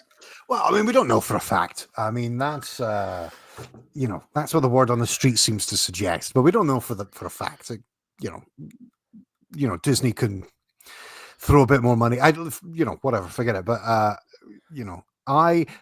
okay, Mark, here's the thing. Because I was going to pitch this to JR Southall, which JR, if you're still watching, I think there's a lot of noise that surrounds Doctor Who on social media. Yes. Even in the mainstream media, but I think the mainstream media is picking up really on a lot of kind of noise from social media. Oh yeah, it all just feeds itself, doesn't it? Yeah. I would argue, actually, there's nothing wrong with Doctor Who. It's us. We're the problem. Our perception of it, our perception, our expectation of it. I think it's as good or as bad as it's ever been in the last 20 years. I just think that fandom, the volume that surrounds anything now of a sci-fi or fantasy nature that has some sort of a fandom is just deafening to an extent that's actually affecting the creation of the program. It all becomes kind of grist for the culture war mill, doesn't it? Yeah. It's every morning, I wake up and I've got you scroll, and you should never do this really for your own mental health, but we all do it. You sort of scroll through your phone in the morning over your cornflakes, and it's sort of promoting you articles, and it's always sort of things like, partly because I did an On the Time Lash about EastEnders, so I was doing a lot of EastEnders research, but then also partly because I watch it every fucking day. I get a lot of EastEnders stuff promoted to me now, and that is constantly fans work out such and such a character is gonna such and such, right? That's the kind of template that all these kind of clickbait things use for soaps, and generally it's 3 people on Twitter have said a thing. But all the fans have worked it out, and the same with Doctor Who. It's fans. There was a thing with a trailer. It was like Doctor Who adds big star to season 2, and fans aren't happy, and it's like Rylan because people are really annoyed that Rylan's in Doctor Who, as if I'm not. I like Rylan. I'm really I glad like he's in Ryland. Doctor Who. Yeah, I've got no issues with Ryland. But He's a bona fide television personality. He's like somebody like Alison Hammond. They have beyond excelled the initial introduction to media that they had. Exactly, yeah. They've like they have it, and if you're going to go, who can we get to host intergalactic space song contest? Rylan, of course. Well, I don't. It's also really in the future, so it won't be Rylan. It'll just be Rylan. It'll be like some kind of Rylan android or hologram. Yeah, but it did make me laugh. Bot 8000. I can't remember who it was this morning, or was it last night? Said on Blue Sky, it's like, oh, what a missed opportunity. Basically they could have, they could have actually had Graham Norton appear in Doctor Who on purpose. But okay, so that's funny. That's funny. Like that's funny. That's a good response. That's a joke. And we might do, like true. Graham Norton's traditional role in Eurovision is as a commentator rather than a host, unless it's specifically a British host. That is a good point. That is a good point. We may still have Norton. But there'll be a funny bit where like they start machine gunning everyone in that auditorium, the Daleks or fucking whoever it'll be, and I bet it'll cut to his little commentary box where he's like scoffing a glass of wine before he has to head off. Mikey Smith says, quick, someone get on StreamYard and tell Ben Doctor Who is shite. You can get on StreamYard if you want, Mikey. You can get on StreamYard. You've got the link. Come on. Say it to his fucking face. With your microphone and your little green screen. It's like you do that for some kind of living. So, Join us. Or you too chicken shit. I don't think there's anything wrong with Doctor Who. I think the last series has been balanced incorrectly in terms of people's time, in terms of money, in terms of maybe storytelling. But there were some cracking bits in it. I think Doctor Who is the same as it's always been. Maybe that's the problem. Maybe that is I think that is for me, that's the problem. It's not that it's too woke or Shooty Gatma isn't a proper Doctor Who. It's literally just it's none of that. It's the same fucking format we've had for the past 20 years. Yeah, I mean it's episodic. That's my issue with it. But that's how I want to watch it. But yeah, I just think I find it really strange that a show that started out as a serial back in 1963 is still kind of doing these kind of one and done adventures, and because that's the thing, it's such an expensive show to make because each episode is a mini movie, as people keep saying. I was watching Ambassadors of Death today, and I hate to be that guy who goes, oh, I was watching classic Doctor Who today, and I don't see why they can't just do that anymore. Why can't they just do that? However, Ambassadors of Death is really well paced, as it doesn't feel like the story is dragged out. It feels like at the end of each story, it's sort of taking you off in a different direction. So at the end of part 2, they kind of open the capsule. There's nobody there. Part 3 is all about, well, where have they gone? They've clearly somebody landed in the capsule, and it's working out what what's going on. You introduce Carrington properly as the villain. And then there's the cliffhanger where Liz Shaw gets kidnapped. You could see that as a kind of long-form Netflix, 8-part drama thing where you've got a different instant. And I know maybe that would be reductive for Doctor Who now, but I think at a time where compromises are sort of having to be made in terms of British TV production and stuff, you could do maybe a couple of serials a year or something like that. I don't know. Flux was great. And I wouldn't be told otherwise. I know most of our friends subscribe to the same thing, but Flux was great. You can't make 1970s television in the 2020s any more than you can make 1920s television in the 1970s. Well, indeed, because I know he's just being deliberately mischievous, old J.R. Southall, but of course, television didn't exist in the 1920s, did it? Didn't. It wasn't. There was no commercial television.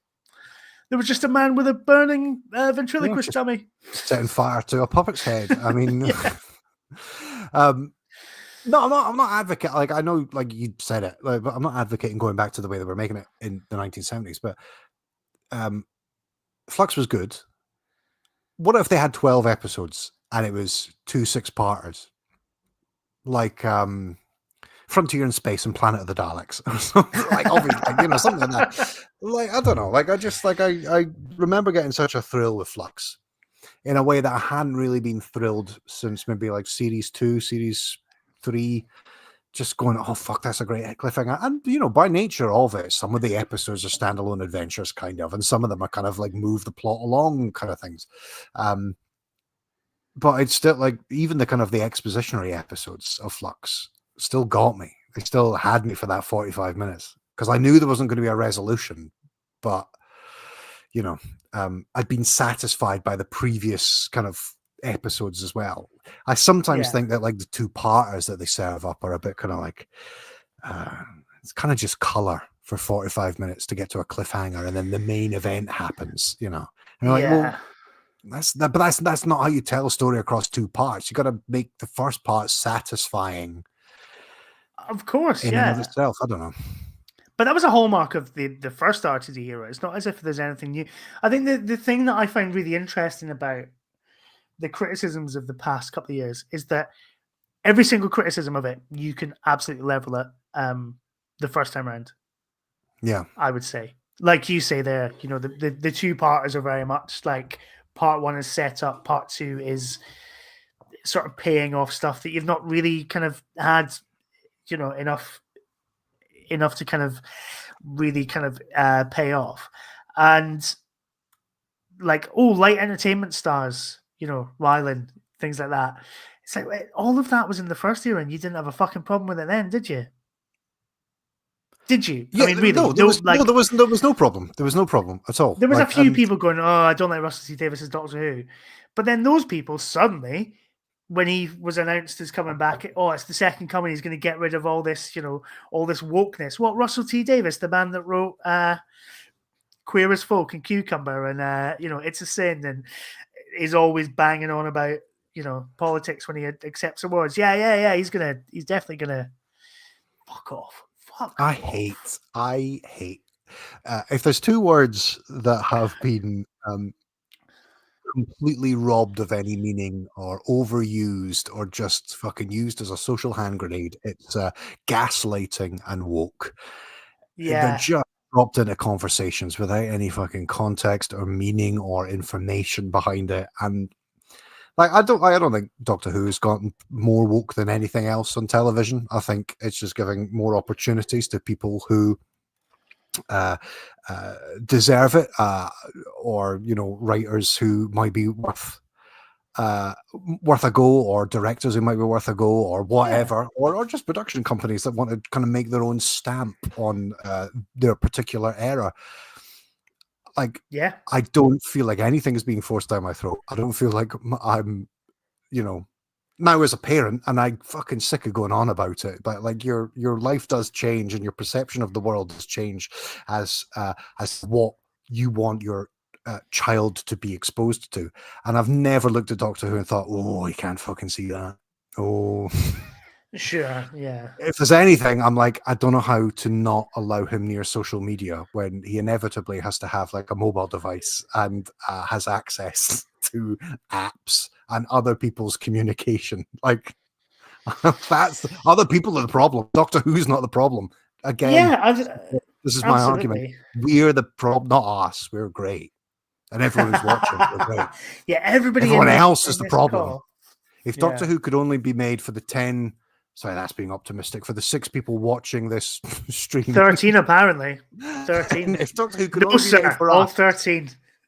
Then that would be the world I want to live in. So, yeah. Why do this is fun. Daniel Ronsley says, why do those people always go for the force down our throats line? Because they are deeply closeted homosexuals. That's why. Dan Hadley, hello. Have you read the recent Doctor Who magazine where Wallace is saying says that there was it's like a Ben Cook publicized it on his socials, where Ben Cook's talking about, how was it working in this kind of like everyone's smoking a pipe and a kind of woolen jacket, kind of everyone's a man's man, kind of closeted kind of 1960s BBC atmosphere.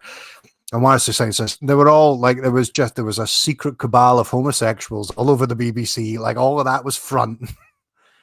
Like that's what I found very funny. I love incendiary but truthful stuff. Like, yeah, there probably was a lot more Yeah, of liberal course there was. attitudes, and there's a lot of people desperately unhappy when they could have been living a life that they enjoyed and they loved, if only society had allowed them to have their moment and their freedoms. The forced down their throats thing. Nobody's forcing anything down your throats. Like, if you don't like Doctor Who, just fucking didn't watch Doctor Who. Like, that is the simplest statement, and it's the most cliched statement. But honestly, the people that seem like they're losing their fucking bowels because of something, because of whoever is a writer on the show, is like, fucking wait until you've seen it and then decide whether, as a thing, it is worth your time or not. I think if they've read a script and they've went, we're going to spend the most amount of money on this of any Doctor Who, then there's a belief within that production company. They've went, we need to do it like this to make it happen. I think it's probably going to be pretty good. Yeah, I mean, I thought the trailer. Actually, I'm going to just get another beer and then we'll dive into the, because everybody seems to like my my fucking radio DJ / arsehole on the internet voice. It's more acceptable than Alexi We'll dig into this a bit. We'll dig into this a bit deeper. Yeah.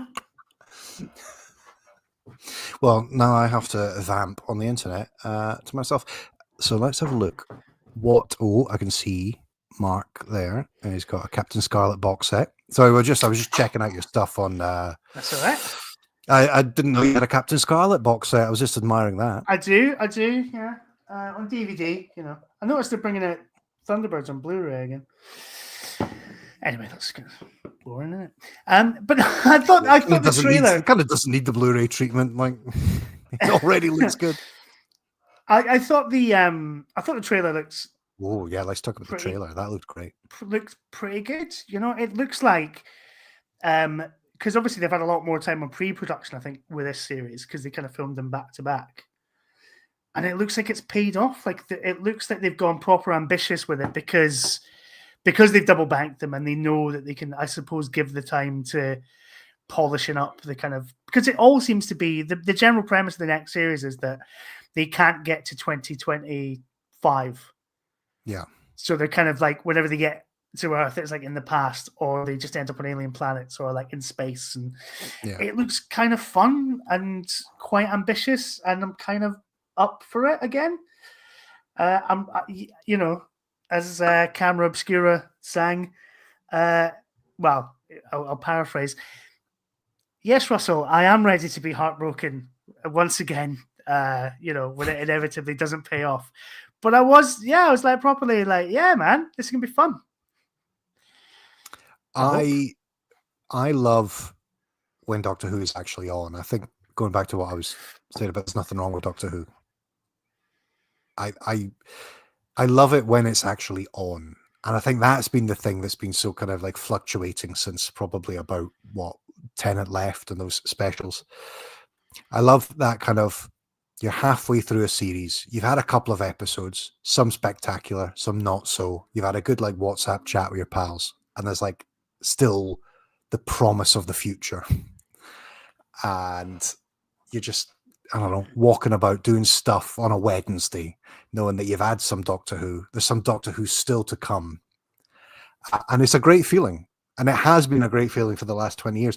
Broadly, it's always been kind of roundabout. I like that kind of, like that approach to summer kind of Doctor Who timetable that the first kind of RTD era had. Yeah. It was, so you're walking around thinking about Doctor Who at say like 7 p.m, and it's really light outside. This is such a doesn't like we've got time to fill, so that's why I'm saying it. But I'm just talking about like when Doctor Who. The problem with Doctor Who is that sometimes it's not on air, and that's when everyone fucking loses their minds. Goes insane. Maybe, yeah, I can see that. When Doctor and that's the problem. Like the middle of a run of Doctor Who is the most perfect time to be a Doctor Who fan because everything is accessible and everything still to come is optimistic. I think. Yeah, You don't yeah, even. maybe. No, I think I get what you're saying, and I think. But then also, why are we like this? You know, like why are we like this? But there's so many other TV shows in the world, and I don't. I know I don't just mean Blake Seven. I mean, like, we can watch other things. We can, you know. I mean, I get it for Star Trek as well. It's exactly the same sort of thing. I'm slightly removed because I don't have an immediate circle of close friends who are into Star Trek in the way that they're into Doctor Who. But if it's, you know, the worst thing anything that you like can do is not be new every week. And that's when people fucking go off the rails. And that's when, you know, like, and that's when there's also the problem that grafted on top of that is the celebrity fan. Yeah. Of which, you know, is very rich of me to say to people on a Doctor Who podcast, of which there are some people watching. But I think we've never attempted we to don't. fucking... Let's face it, we don't market ourselves as like we're celebrity fans. Like, the whole point of this is local group kind of taken to the next level. Like, it's just pals hanging out. That's the vibe. That's what we're trying to do. Nobody tries to fucking get a job creating a website or you know, a job within the BBC or fucking some other incendiary podcast. We just like the thing, you know. Yeah, definitely, and that's fine, and that's okay. And also, like, I think the Star Trek thing's interesting because although I spent you know, over a year sort of writing about Star Trek almost exclusively as a kind of job, it was interesting to kind of look at that kind of fan community from like a kind of overview thing, which I don't really have with Doctor Who fandom because I'm so kind of embedded in it because like it's you guys, but then it's also going to conventions and, you know, and having all that experience that we've all had of like kind of, you know, queuing up for autographs with sort of slightly with sort of people that aren't used to being out among other people, you know, to sort of say it diplomatically. It's all the same. It's all the same. Every fan thing is all the same these days. And I think the reason for that is it's all driven by social media. It's all driven by the sort of hate watch concept. Yeah. You know, this idea that a new thing comes out of a franchise that you really loved when you were younger, but it's not like it used to be, and therefore fuck that and fuck everybody involved with it, and it's all woke now, innit? You know? Yeah. And it's just tedious, man. It's so fucking tedious. Like, just fucking grow up, or like put that energy into something. Actually, maybe not, because you know that's how those riots started last summer. Put your energy into fucking kicking off in the streets and maybe like burning a bus. Not that I'm drawing a direct connection between angry Doctor Who fans on the internet and a bunch of racists, but you know, maybe a slight crossover. Again, nobody here, as far as I'm aware. Yeah, I don't know. I think that's the thing that exhausts me the most is actually it's not the show, it's just the fandom, and it's the kind of constant. Okay, so well, here's a question after every for you. episode goes out, it's this kind of like, that was fucking shit. Here's why that was fucking shit. I hated that, and it's like fucking. Let it sit with you for at least 5 fucking minutes before you get on Twitter and. Yeah. Do you remember when Jacqueline Rayner used to have a column in Doctor Who magazine where she would write about her experiences as a parent showing Doctor Who to her 2 kids? There was one where she said that her husband has a theory that Doctor Who, when it first goes out, is the worst possible time to watch Doctor Who.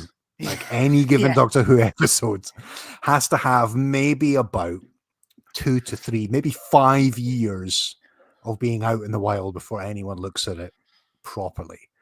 I think he's dead on. I think he's absolutely dead on. I think so. I do think. Let me ask you this: as somebody who wrote for Screen Rant, when you were doing what, like sometimes like 5 articles a day. How combative did you feel that you needed to be, or was there guidance about did you need to be combative when you were in what way? Sorry, in terms of the tone I was taking with the articles, or I mean, like, you know, obviously people you relied on people reading it. So did you need to, when you were thinking of something, it had to be something that would initially agitate or annoy or grab somebody? Did you have to? I really did try to avoid that kind of thing. I do it sometimes. I'm not accusing you of anything, but I'm saying, like, did you I know receive you're not. guidance that you needed to behave in a certain there was definitely way? A sense of, like, they wanted you to, you know, like, titles had to be, you know, that Stephen Moffat thing of a slutty title. Yeah. You know? But yeah, I tried to avoid that kind of thing. I think the one that, like, it's just, I mean, I'm looking back through some old articles here just to see if there was anything that was, like, needlessly. I don't think it was all right. But I think there is definitely, because I think Screen Rant was aware of the fact they were trying to kind of present themselves as legitimate. Yeah. So that was they were William Hartnell in the fucking dressing room at Puss in Boots of clickbait websites. Do you know what I mean? They kind of, like, I don't go in for all that kind of thing. We're legit. We're a legitimate entertainment website, you know. And that is true to an extent. I definitely fell out of love with it, but there was a time where, like, it was quite a fun job.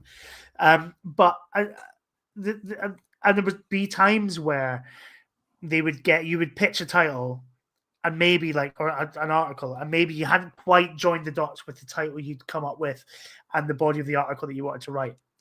And they'd say, "Oh, this feels a bit too much like clickbait," and you'd be like, "Well, that's a bit fucking rich coming from Screen Rant." But actually, sometimes you'd be like, "Actually, well, no, I can see kind of what they're saying." So there is a bit of that, but then also it really depends on the editor you had. So, like, I had, when I was writing on Star Trek, I had my editor John was very much like, he's a big Star Trek fan, and he was just as exhausted with the negativity in Star Trek fandom as I am and you are with sort of Doctor Who fandom. So he was very keen that Star Trek articles should be like, sort of like, there was no hit pieces that weren't without a kind of without merit, you know. So you could criticize things, but there had to be, like, a kind of, it wasn't just criticizing it for criticizing its sake. And I think that's the way to go. Like, I think, you know, criticism is helpful, and criticism is a valid art form's a strong word, but I think it is. I think criticism at its very best, and I'm not saying I've ever got to that level, but I think criticism, when it's good, it is an art form, and it's a way of understanding art and having a dialogue with art. And I think all too often now it's very much like, this thing's shit, or it's that performative negativity, that kind of, it's people who read Charlie Brooker's Guardian columns and watched Mark Kermode's, like, rants on YouTube and thought that's how you do it, when actually they don't really understand what's actually going on there. Yeah. You know, any British person, you know, Scottish, English, whatever, who describes something as a dumpster fire has immediately lost me before they go any further. Dumpster fire, is it? Yeah, I mean, come on. Yeah, it's not a dumpster fire. It's one of those bin fires when some teenage lads have set fire to, like, one of those, like, little. It's a firework in a wheelie bin. It's a firework in a wheelie bin. Exactly. That's what you want. Somebody's put a firework in a fucking wheelie bin. Yeah, fans describe Doctor Who season opener as a firework in a wheelie bin. Actually, that firework in a wheelie bin sounds good, doesn't it? I mean, that sounds like Yeah. It's like you weren't expecting a lot, and then suddenly the lid flew off, and fuck, there's a show. Like, Oh my god, dumpster fire needs to go the way of the dodo, says yes, Daniel. Daniel. That's Yes, right. Daniel. Getting space syphilis and then shot by a psychopath. Is that right? Is that how Dodo died? Or as Gareth Bailey says, or just leave halfway through the war machines. Wasn't the War Machines better for it? Cameron, okay. Who knows a bit about this kind of thing, says that wrestling has the same fan problem, but it's usually fat bastards telling wrestlers that they can't work.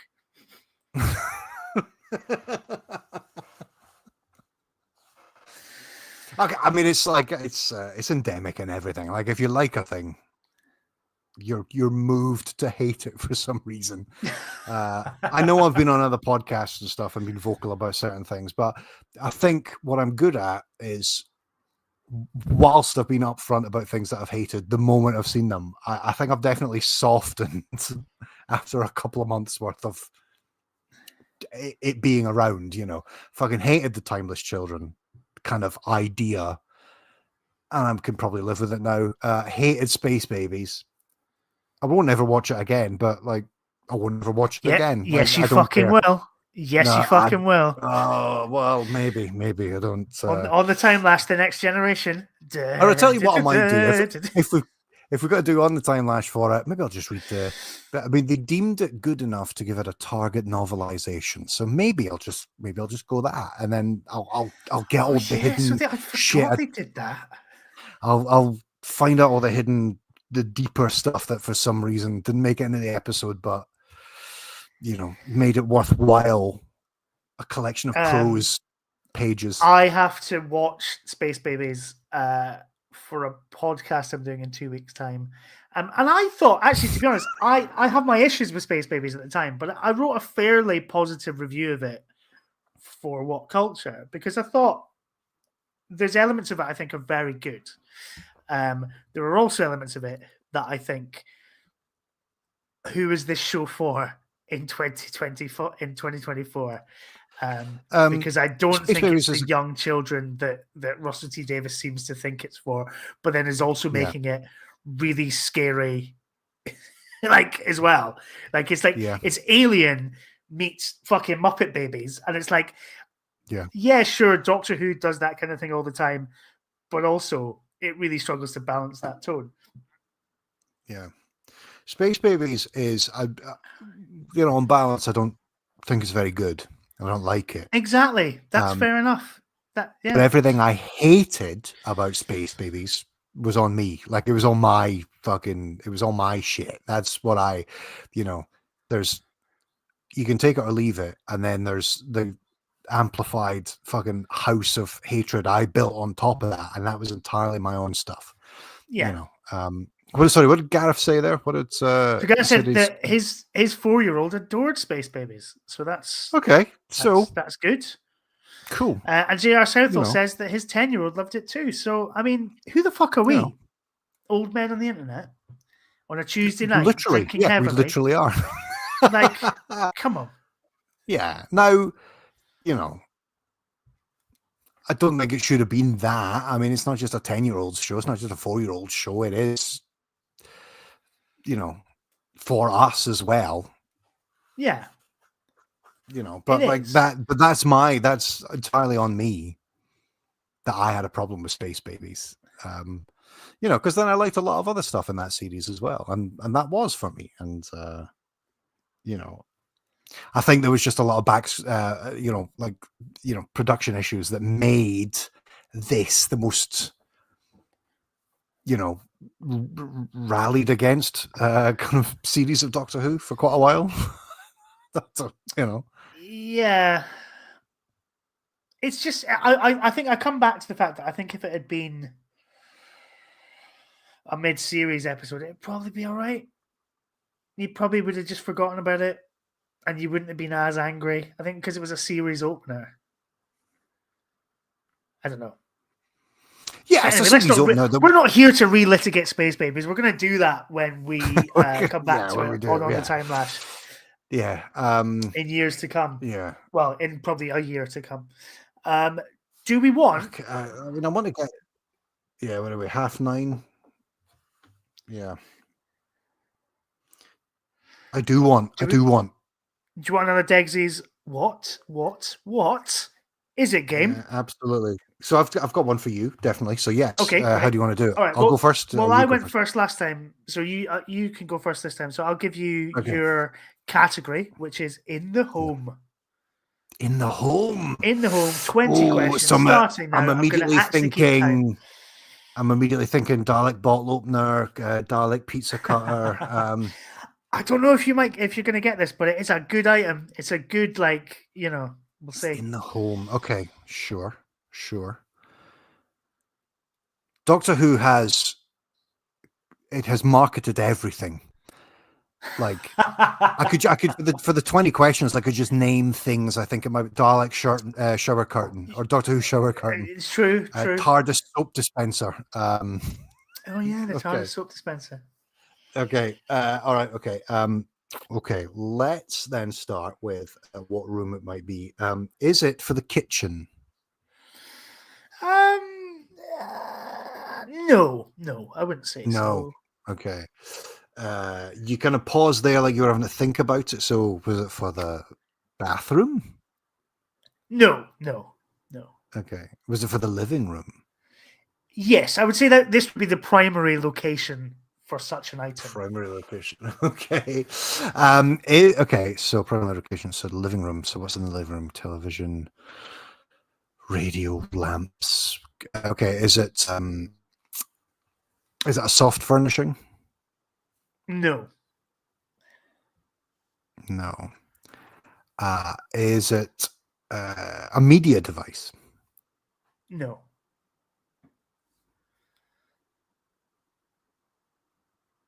Sorry, you paused there. I didn't hear what you said there. Oh, sorry. I said no.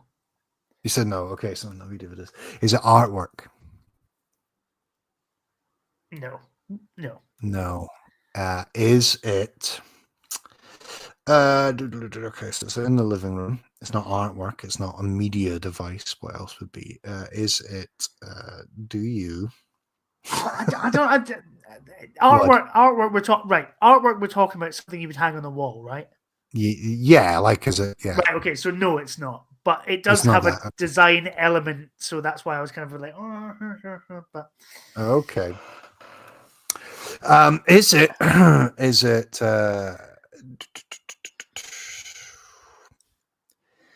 Okay. Do you? Is it like up? Like, is it like a kind of ceiling thing? No. Is it like a thing you would put on a table? Yes. Okay. Okay, a Doctor Who thing in the living room that you would put on the table. Is it like Doctor Who like drinks coasters? Yes, but so it is a coaster, but you do need to be more specific now. Okay, so I do know because Martin used to sell these at Voga. Is it like Sontaran coasters? Yeah, no. Is it Doctor Who? Okay, well, is it like an official release? It is, yeah. Yeah, okay. But it's more recent, but then also you're also on the right track, if that makes sense. It's more recent, okay. Okay. Is it? I mean, literally, you could just rattle off Doctor Who monsters and coasters, and you might get it eventually. Okay. I know that's maybe giving it away, but okay. So it's drinks coasters. It's a Doctor Who monster. Is it like a set of 4? Or are they all okay? Is it like a set? Like, is it like a set? There's different monsters. Okay. No. So it isn't like one individual coaster. Okay. Is it Dalek coasters? No. Is it Cyberman coasters? No. Is it Ice Warrior coasters? I feel this is like an Alan Partridge. It's and it's not some. Don't knock it. Okay. It's also in not a terms of- Tyrone Woodbeast coaster either, Gareth. Sorry. although, let's all get on fucking Etsy now and demand that happens. It Because, probably exists. okay, is it a classic monster? Yes. Is it a classic monster that's appeared in the new series? Yes. Okay. So it's not a Weeping Angel one then. It's what else is So which of the classic monsters? which are the classic monsters? Is it it's not like the Mara, it's not like oh fuck, okay. This is in my grasp. I can do this. I can You can this do. is I within think my you can grasp. do this. I do think you can do this. I think I've Okay, given you so enough yeses to give you the yeah, right. so Dalek, Cyberman, Sontaran are out. I think you said Ice Warrior as well. Did you? Did you Ice say Ice Warriors Warrior? are out as well. So who the fuck else has been it? It's not like a Macra. No, Kieran, and no, Ben. It's not. It is monsters. Yeah, it is monsters. Yes, yes. Yeah. Okay. It is okay. What the fuck else has been in Doctor Who? What are the other ones?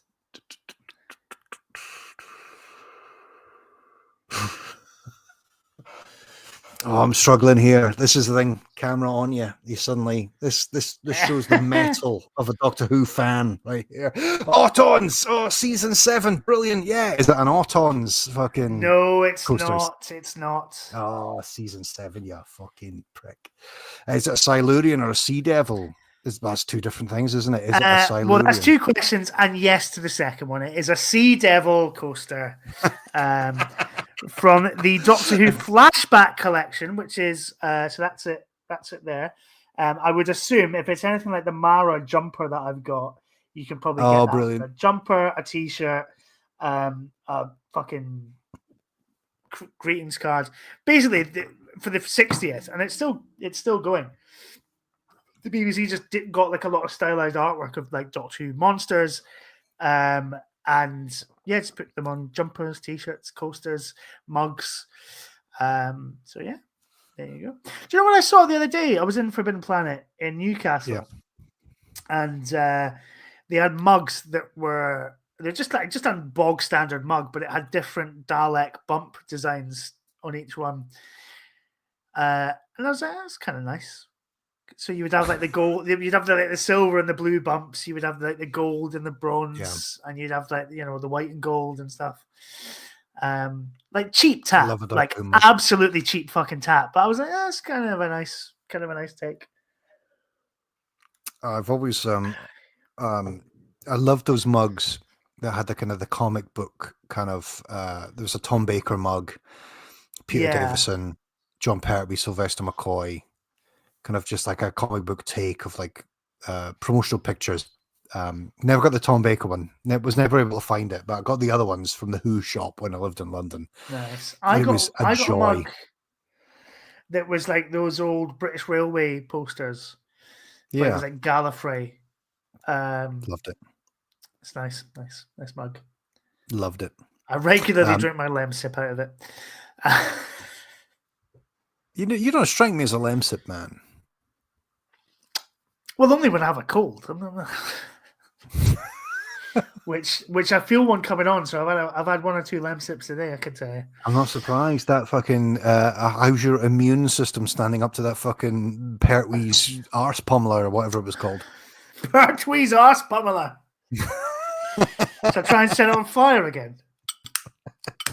Go for it. Nah. Wonder if do you want yours then? Aye, go on then. Okay. Okay. So Doctor Who game category games. 20 questions, all yours. Games. Big win. Is it a board game? No. Why did I? So I don't know why I drank that. So it's not a board game. Okay. Is it a card game? No. Okay. Okay, not a board game, not a card game. Okay, let's reframe this. Would you play it in the garden? I mean, you could do, but you wouldn't necessarily. You don't have to. It's just like an indoor game or just a game. Okay. It's an indoor game. It's not cards. It's not a board game. There's no special environmental circumstances that you need to enjoy it. Okay.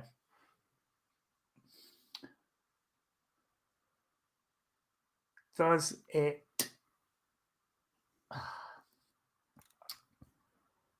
Is it like no, because they were all board games as well. Is it like an officially licensed product? I mean, look. I mean, I'm not familiar with it until Derek sent this, but it looks like it. Yeah. Okay. It's not like a interactive DVD. An interactive what? Sorry. Like an interactive DVD, you know, like Tom Baker's sci-fi No. game. We all remember that, No, don't it's we? not, no. Terrible No. fucking thing that was. I love Peter it. Davidson. Peter Davidson. Is it a video game? I realized it's the not, one. no. Oh, No. okay. It could it. No, I'm just going to ask this. Is it the Doctor Who pinball table? It's not, no. Oh, okay. So it's not a massive fucking pinball table. It's not a video game. It's not a board game. It's not a card game. Are you confident about Era? No, that's a point. I've not asked that, have I? Is it new series merchandise? Yes. Okay. I'd kind of like guessed that it probably would be, but then actually, but yeah, okay. So new series merch, a game. What other types of games are there? There's the ball, the first game. You know, the first game. Is it just a big Doctor Who football? A Doctor Who football. What a Venn diagram that would be. Doctor Who fans and football fans. See, Gareth Bowley has said Doctor Who's Seen It. Now, No, I always thought Seen It was a board game, but I think actually now that I think about it, maybe it wasn't. But it's no, not it is a board game, but there's like a VHS element to it. Yeah, it's kind of like a combination, isn't it? Yeah, no, it's none of those things. Do you know, on the subject of VHS board games, do you know what the one thing I regret? This is buying time if ever I heard it. Selling was my Star Trek: The Next Generation video board game. Yeah, I sold that at a car boot sale, and I wish I still had that and a VHS player to play it because that was fucking great fun. Is that the one where Gowron is the host? Yeah, you're basically Gowron hijacks the Enterprise, and you and your family have to stop Gowron from taking it over. Great days. Anyway, Love sorry. Is it a fucking Doctor Who Skittles set? No. Oh, but you went no. No, like I know. Don't read into that. There's no additional information. It's 100% not that. Not even near that. I have no idea what I Oh, no, it's not a card game. Doesn't matter. Ignore me. What other fucking games are there? I didn't. Okay. Again, I didn't know this was a real thing. Never seen this. I feel like if you thought about a Doctor Who game, if we were in the marketing team for Doctor Who, this would be like an idea that we came up with at like fucking 5 to 5 before like we could see the pub across the road was open. After a few of Pertwee's flaming Fundadors. There's no kind of like clear line between Doctor Who and this game. Other than interesting. Fucking throws shit at the wall. Oh, okay. So hang on then. So is it an existing game with a Doctor Who twist? Yes. Right. Okay. I wouldn't. but it's I wouldn't even say existing game. I don't know any other. It's a thing, and you'd recognize it as a thing. I have never seen it like marketed sort of with a specific branded. brand before. Other than this. Oh, okay. That interesting. Okay. I've never seen like a Star Trek version of this, or even a Star Wars version of that. I've never seen it apart from the thing, and I wouldn't even call it a game. Like Doctor Who Bagatelle. there's Bagatelle? definitely you know, A marble. it exists, but I don't know if there's a competitive aspect to it that you would all as kids join around and be like, this is great. What a sleepover this has been. Is it a Doctor Who yo-yo? No. I've definitely had 20 questions by now, haven't I? No. You're only on 10. Oh, fuck me.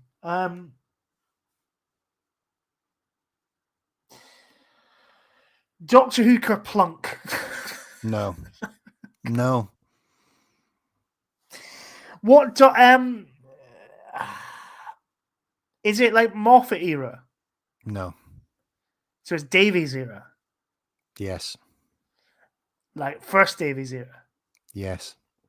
Interesting. Now there was all sorts of mad shit back then, wasn't there? Yeah. Fucking... I'm saying it's an official BBC release, but it might not be. It might be up there with that fucking Doctor Who car that was in like fucking the what everyone helicopter. wants. You know what I mean? The cyber control helicopter. Yeah, that kind of fucking. Oh god! Right, hang on. Because walkie-talkies aren't a game; they're very serious. Yeah, no, it's not. It's not. Yeah, but they say serious. This is serious. It's serious. Yeah.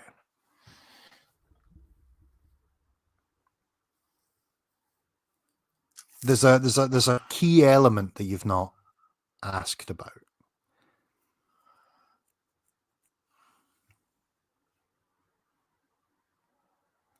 You got 5 left, by the way. Thanks. So it's a Doctor Who spin on an existing game or thing. Yeah. I think the Doctor Who gives it a kind of game legitimacy. There's certainly an element with the original thing, which is it tests an individual, but I don't know if it's like you wouldn't wheel it out when your fucking auntie's round for like a Sunday afternoon. I genuinely, I can't think. It's gonna be. It's so fucking bizarre. It's so bizarre. I know. I give up. I can't. You got 4 left. You got 4 left. All right. Okay.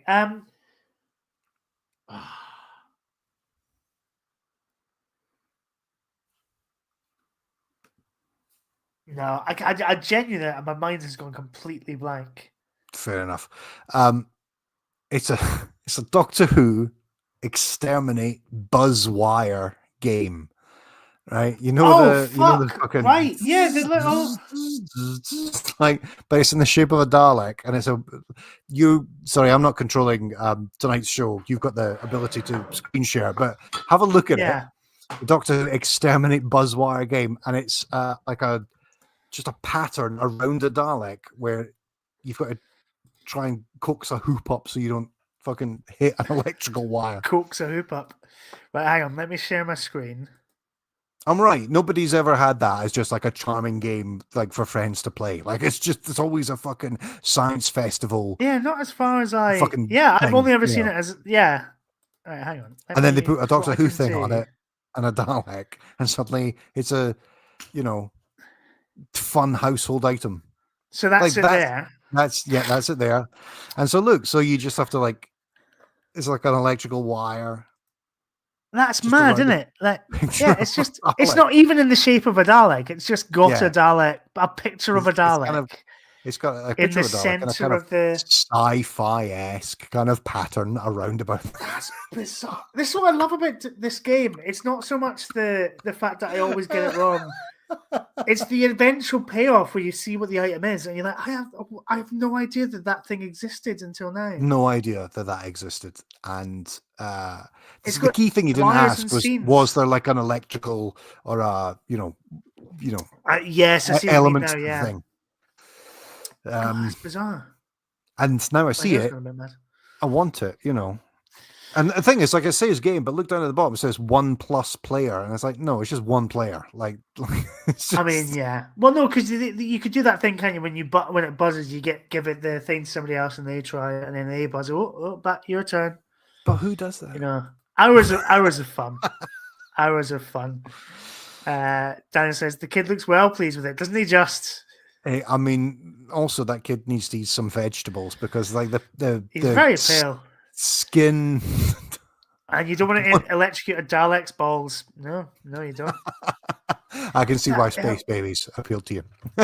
Fabulous. What a fabulous thing.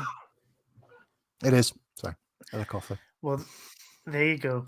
Thank you, Derek. Thank you for still watching. Thank you very much for that. It was great.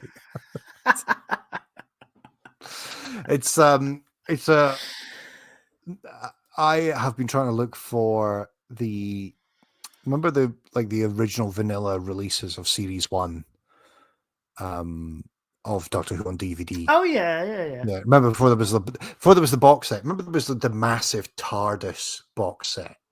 Yes, it was just completely inappropriate to be on anyone's shelf. There was the original, very colourful, obviously kind of geared towards kids release. I've been trying to get hold of those. I can't really find them anywhere that are not like millions of quid on eBay. Oh, really? Wow. But then that might just be me because it might be postage and packaging and stuff, I suppose, yeah, possibly. Yeah. I don't know. I'm just trying to find the perfect way to celebrate Rose on the 26th of March. If I find them anywhere on my travels, Daniel Ronsley says he's got them, but I don't think he's going to sell them to you. He might sell them to you for £1 million, though. Well, what did you say, Daniel? Don't have £1 million quid. Don't have.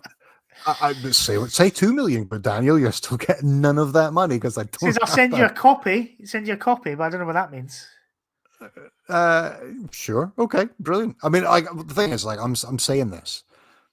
Like I only today ordered the Blu-ray version. I've got the DVD version. I ordered the Blu-ray version of it. But like I've been gravitating, like what little kind of extra income I've been kind of gravitating towards what looks like a thing that represents that particular period. You know what I mean? Yeah, sure. Like something that kind of has like that kind of fan significance about that time. And I never owned those. But when I worked at Voga, Martin's shop, those were the DVDs that were available to buy. And so those images are the images of that particular kind of moment in fandom. Yeah. Do you know, 2005, what a fucking year that was. And I don't just mean Doctor Who. I mean, like, I had just such a great 2005, Yeah. There was Doctor Who'd come back. There was the League of Gentlemen movie. I remember going to see that with Derek. Yeah, that was a great film. Cineworld, I think it was in Edinburgh, and it was Jeremy Dyson and Reece Shearsmith, I think, introduced it. That was great. I started uni, met lots of lovely people. What a time! What a time to be alive! It was 20 years ago, and now I feel 100 years old and ready for the scrap heap. We should do. We should do a live. And this is something I'm going to have to, I'm saying this optimistically, but it's something I'm going to have to fucking work out. Either. I am listening, sorry. Yes. Sorry, I'm back. Okay, you're back. I mean, I looked down and then I looked up and you were gone after just saying, what a time to be alive. And I was like, oh, he's fucking. He's done it. He's run off done it. to like fucking throw himself in front of a bus. Just hear a fucking bullet. Do you remember that day when Rose was first broadcast? It wasn't just Rose. There was obviously Doctor Who Confidential, but there was that Doctor Who little kind of like introductory kind of fun documentary on BBC One. Yeah. What was it called? What if we did one of these? What if we did one of these live streams where we did like just a commentary and a booze and a chat, looking at all of those things on the We could do 26th of that. March, which is... What is the 26th of March? Let's have a look at the old... That is a Wednesday. It's a Wednesday. Oh, perfect. I mean, nobody has any responsibilities midweek. We could do that. I mean, would you want to do that? I think I might be away. Bear with me 1 second. Oh no, I'm away on the 27th. So yes, that's totally fine. You could do that, and we could like just watch and do like a commentary, and like a proper, like an informed kind of like fun commentary. Like, we talk about it. It's good memories. Maybe we have guests. Do it for charity. Why not? Let's do that. A nice thing. Do it for charity. Do it for charity. I don't know what charity. You know what I mean? Like, We don't have enough. We don't have enough reach to raise money for charity. No, but we'd raise a $5. Make it count for something. I don't know. Like all these people are make it count for something. Fan fucking. We could be the difference, Mark. Like, we could. Well, no, we could do a past.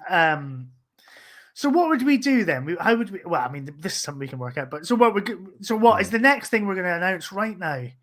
On the 26th of March, we're going to do a live stream on Rose and the little documentary beforehand, or okay, so we could do like a little commentary on Rose, but like that whole day, like I remember that day, like it's 20 years, like that's something big to celebrate. And I feel like with all this kind of general negativity that's surrounding Doctor Who now, and also Doctor Who the new series doesn't start until like middle of April, I feel like we could celebrate it and properly celebrate it. It's not like a fucking tear it down or anything like that. It's like, do you remember where you were 20 years ago when BBC, when Doctor Who came back? Let's see if we can get some of our pals on board as well. And do like a kind of proper nice celebration. Like we watched that kind of intro series to that intro kind of thing to Doctor Who. Go like, how does that stand up as an intro? What's everyone's intro to Doctor Who? How did everyone feel in that fun run up? Yeah, that'd be fun. So, and then do that and do Rose, and then do Rose chat afterwards. Talk about that. Talk about just like we'll release it as a podcast so you can listen along like it's a commentary or something like that. Yeah, that's a good idea. We'll do that. That first Doctor Who Confidential. Oh my god! Like wow, Doctor Who. As much as we've slagged it off on the series, because it's on the iPlayer, isn't it? The first full version of it. The full Confidentials are now in the iPlayer, aren't they? Yeah, like we can get a hold of a copy of the full thing, but like. Wow, Doctor Who had a making of show on on the hit BBC channel, like every week for that first 4 years, whatever. That's like, let's talk about that. Let's talk about what do they show us? What do we know? Let's do it now. That feels like a fun live stream kind of event. Yeah, maybe all not. right, maybe I'm not. up for it. I'm up for it. Let's do it. We're doing it now. We're doing it now. 26th of March. That's our Doctor Who day. I mean, because I guess that's where we started with the podcast. Like it was always about watching the new series again. With that's recommends true. Of the classic series. So yeah, all right, that'll be fun. All right. I feel like more soberly we'll talk about this tomorrow and be like, okay, what? Well, we'll work out the logistics of it because I think YouTube-wise, we're probably not allowed to just fucking have Rose on in the corner. No, we can't do that. So it will be one of these things that, and Toby Haydock's YouTube stuff is probably the best version of this. Yeah, which is you have us on in a computer. And you watch it. Yes. You can stick it on your television and have us as like the commentary pals. As you would do with Strictly Come Hamster, or not Strictly Come Hamster with the blunt penknife. You would do that. You would just listen to the podcast and watch the episode. Yeah. Let's do that. That would be an augmented commentary thing, and you can watch us live and you can do it with us, or you can download it as a podcast afterwards and just stick it on and watch the bits, or we'll time code it so you can like skip to the bits that you want to engage with or not. Kieran, you can go off a person. The new series is old enough to be in second year at uni. Fucking hell. We're so old.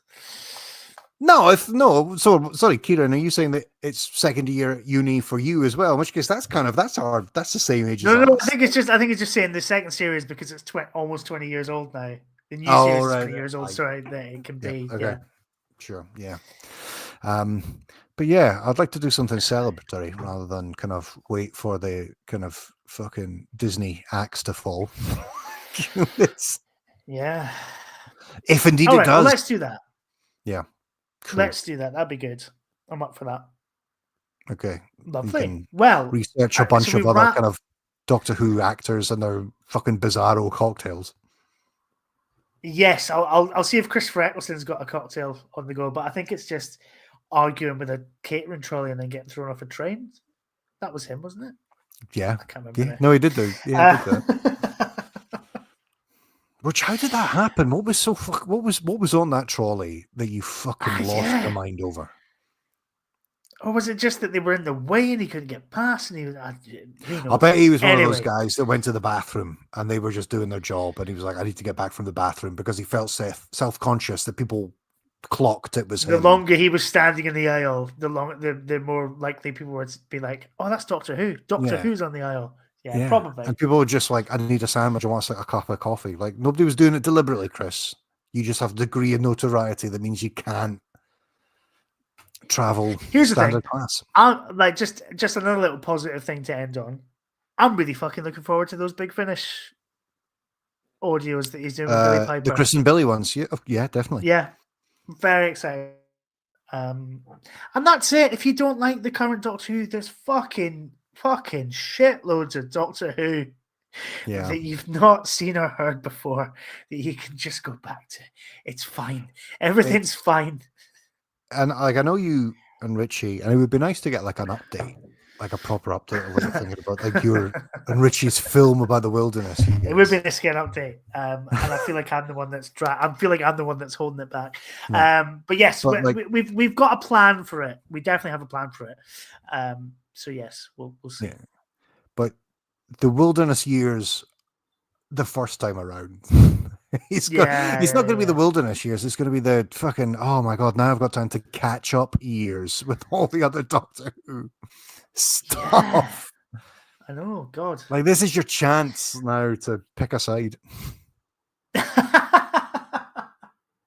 All right. Well, it's coming up for time. So, ding, ding, ding, ding, ding.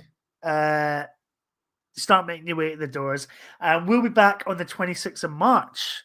That's only 22 days away. That's just over 3 weeks. Okay, this is going to be a laugh, yeah. For a sort of big old celebration of New Who, which will be exciting. So we'll work out the logistics. We'll put it up on, social media, whatever. Thank you to everybody for, like, all 15 of you at the highest point. Yeah, it doesn't sound that much, but also that's fucking nonsense. Why are 15 people watching us two dither on the internet? So thank you. That's lovely. It's the pub laugh. Like, that's like exactly. So thank you very much. Thank you. Thank you to the Degsestial Funmaker as ever for all the games, for the bag of mystery, which had some pretty great stuff in it. And thank you to Ben. Thank you to you, Ben. And thank you to you, Mark. Thank you to be like, this has been great. You've been great. This has been fun. I've been enjoying your Conan O'Brien hairdo. It has gone a bit Conan O'Brien, actually, as the longer the night's gone on, I've noticed. Yeah, interesting. Anyway, yes, so we'll be back a couple of weeks. For our Rose celebration. Good night, everyone. Bye-bye. Good night. Bye.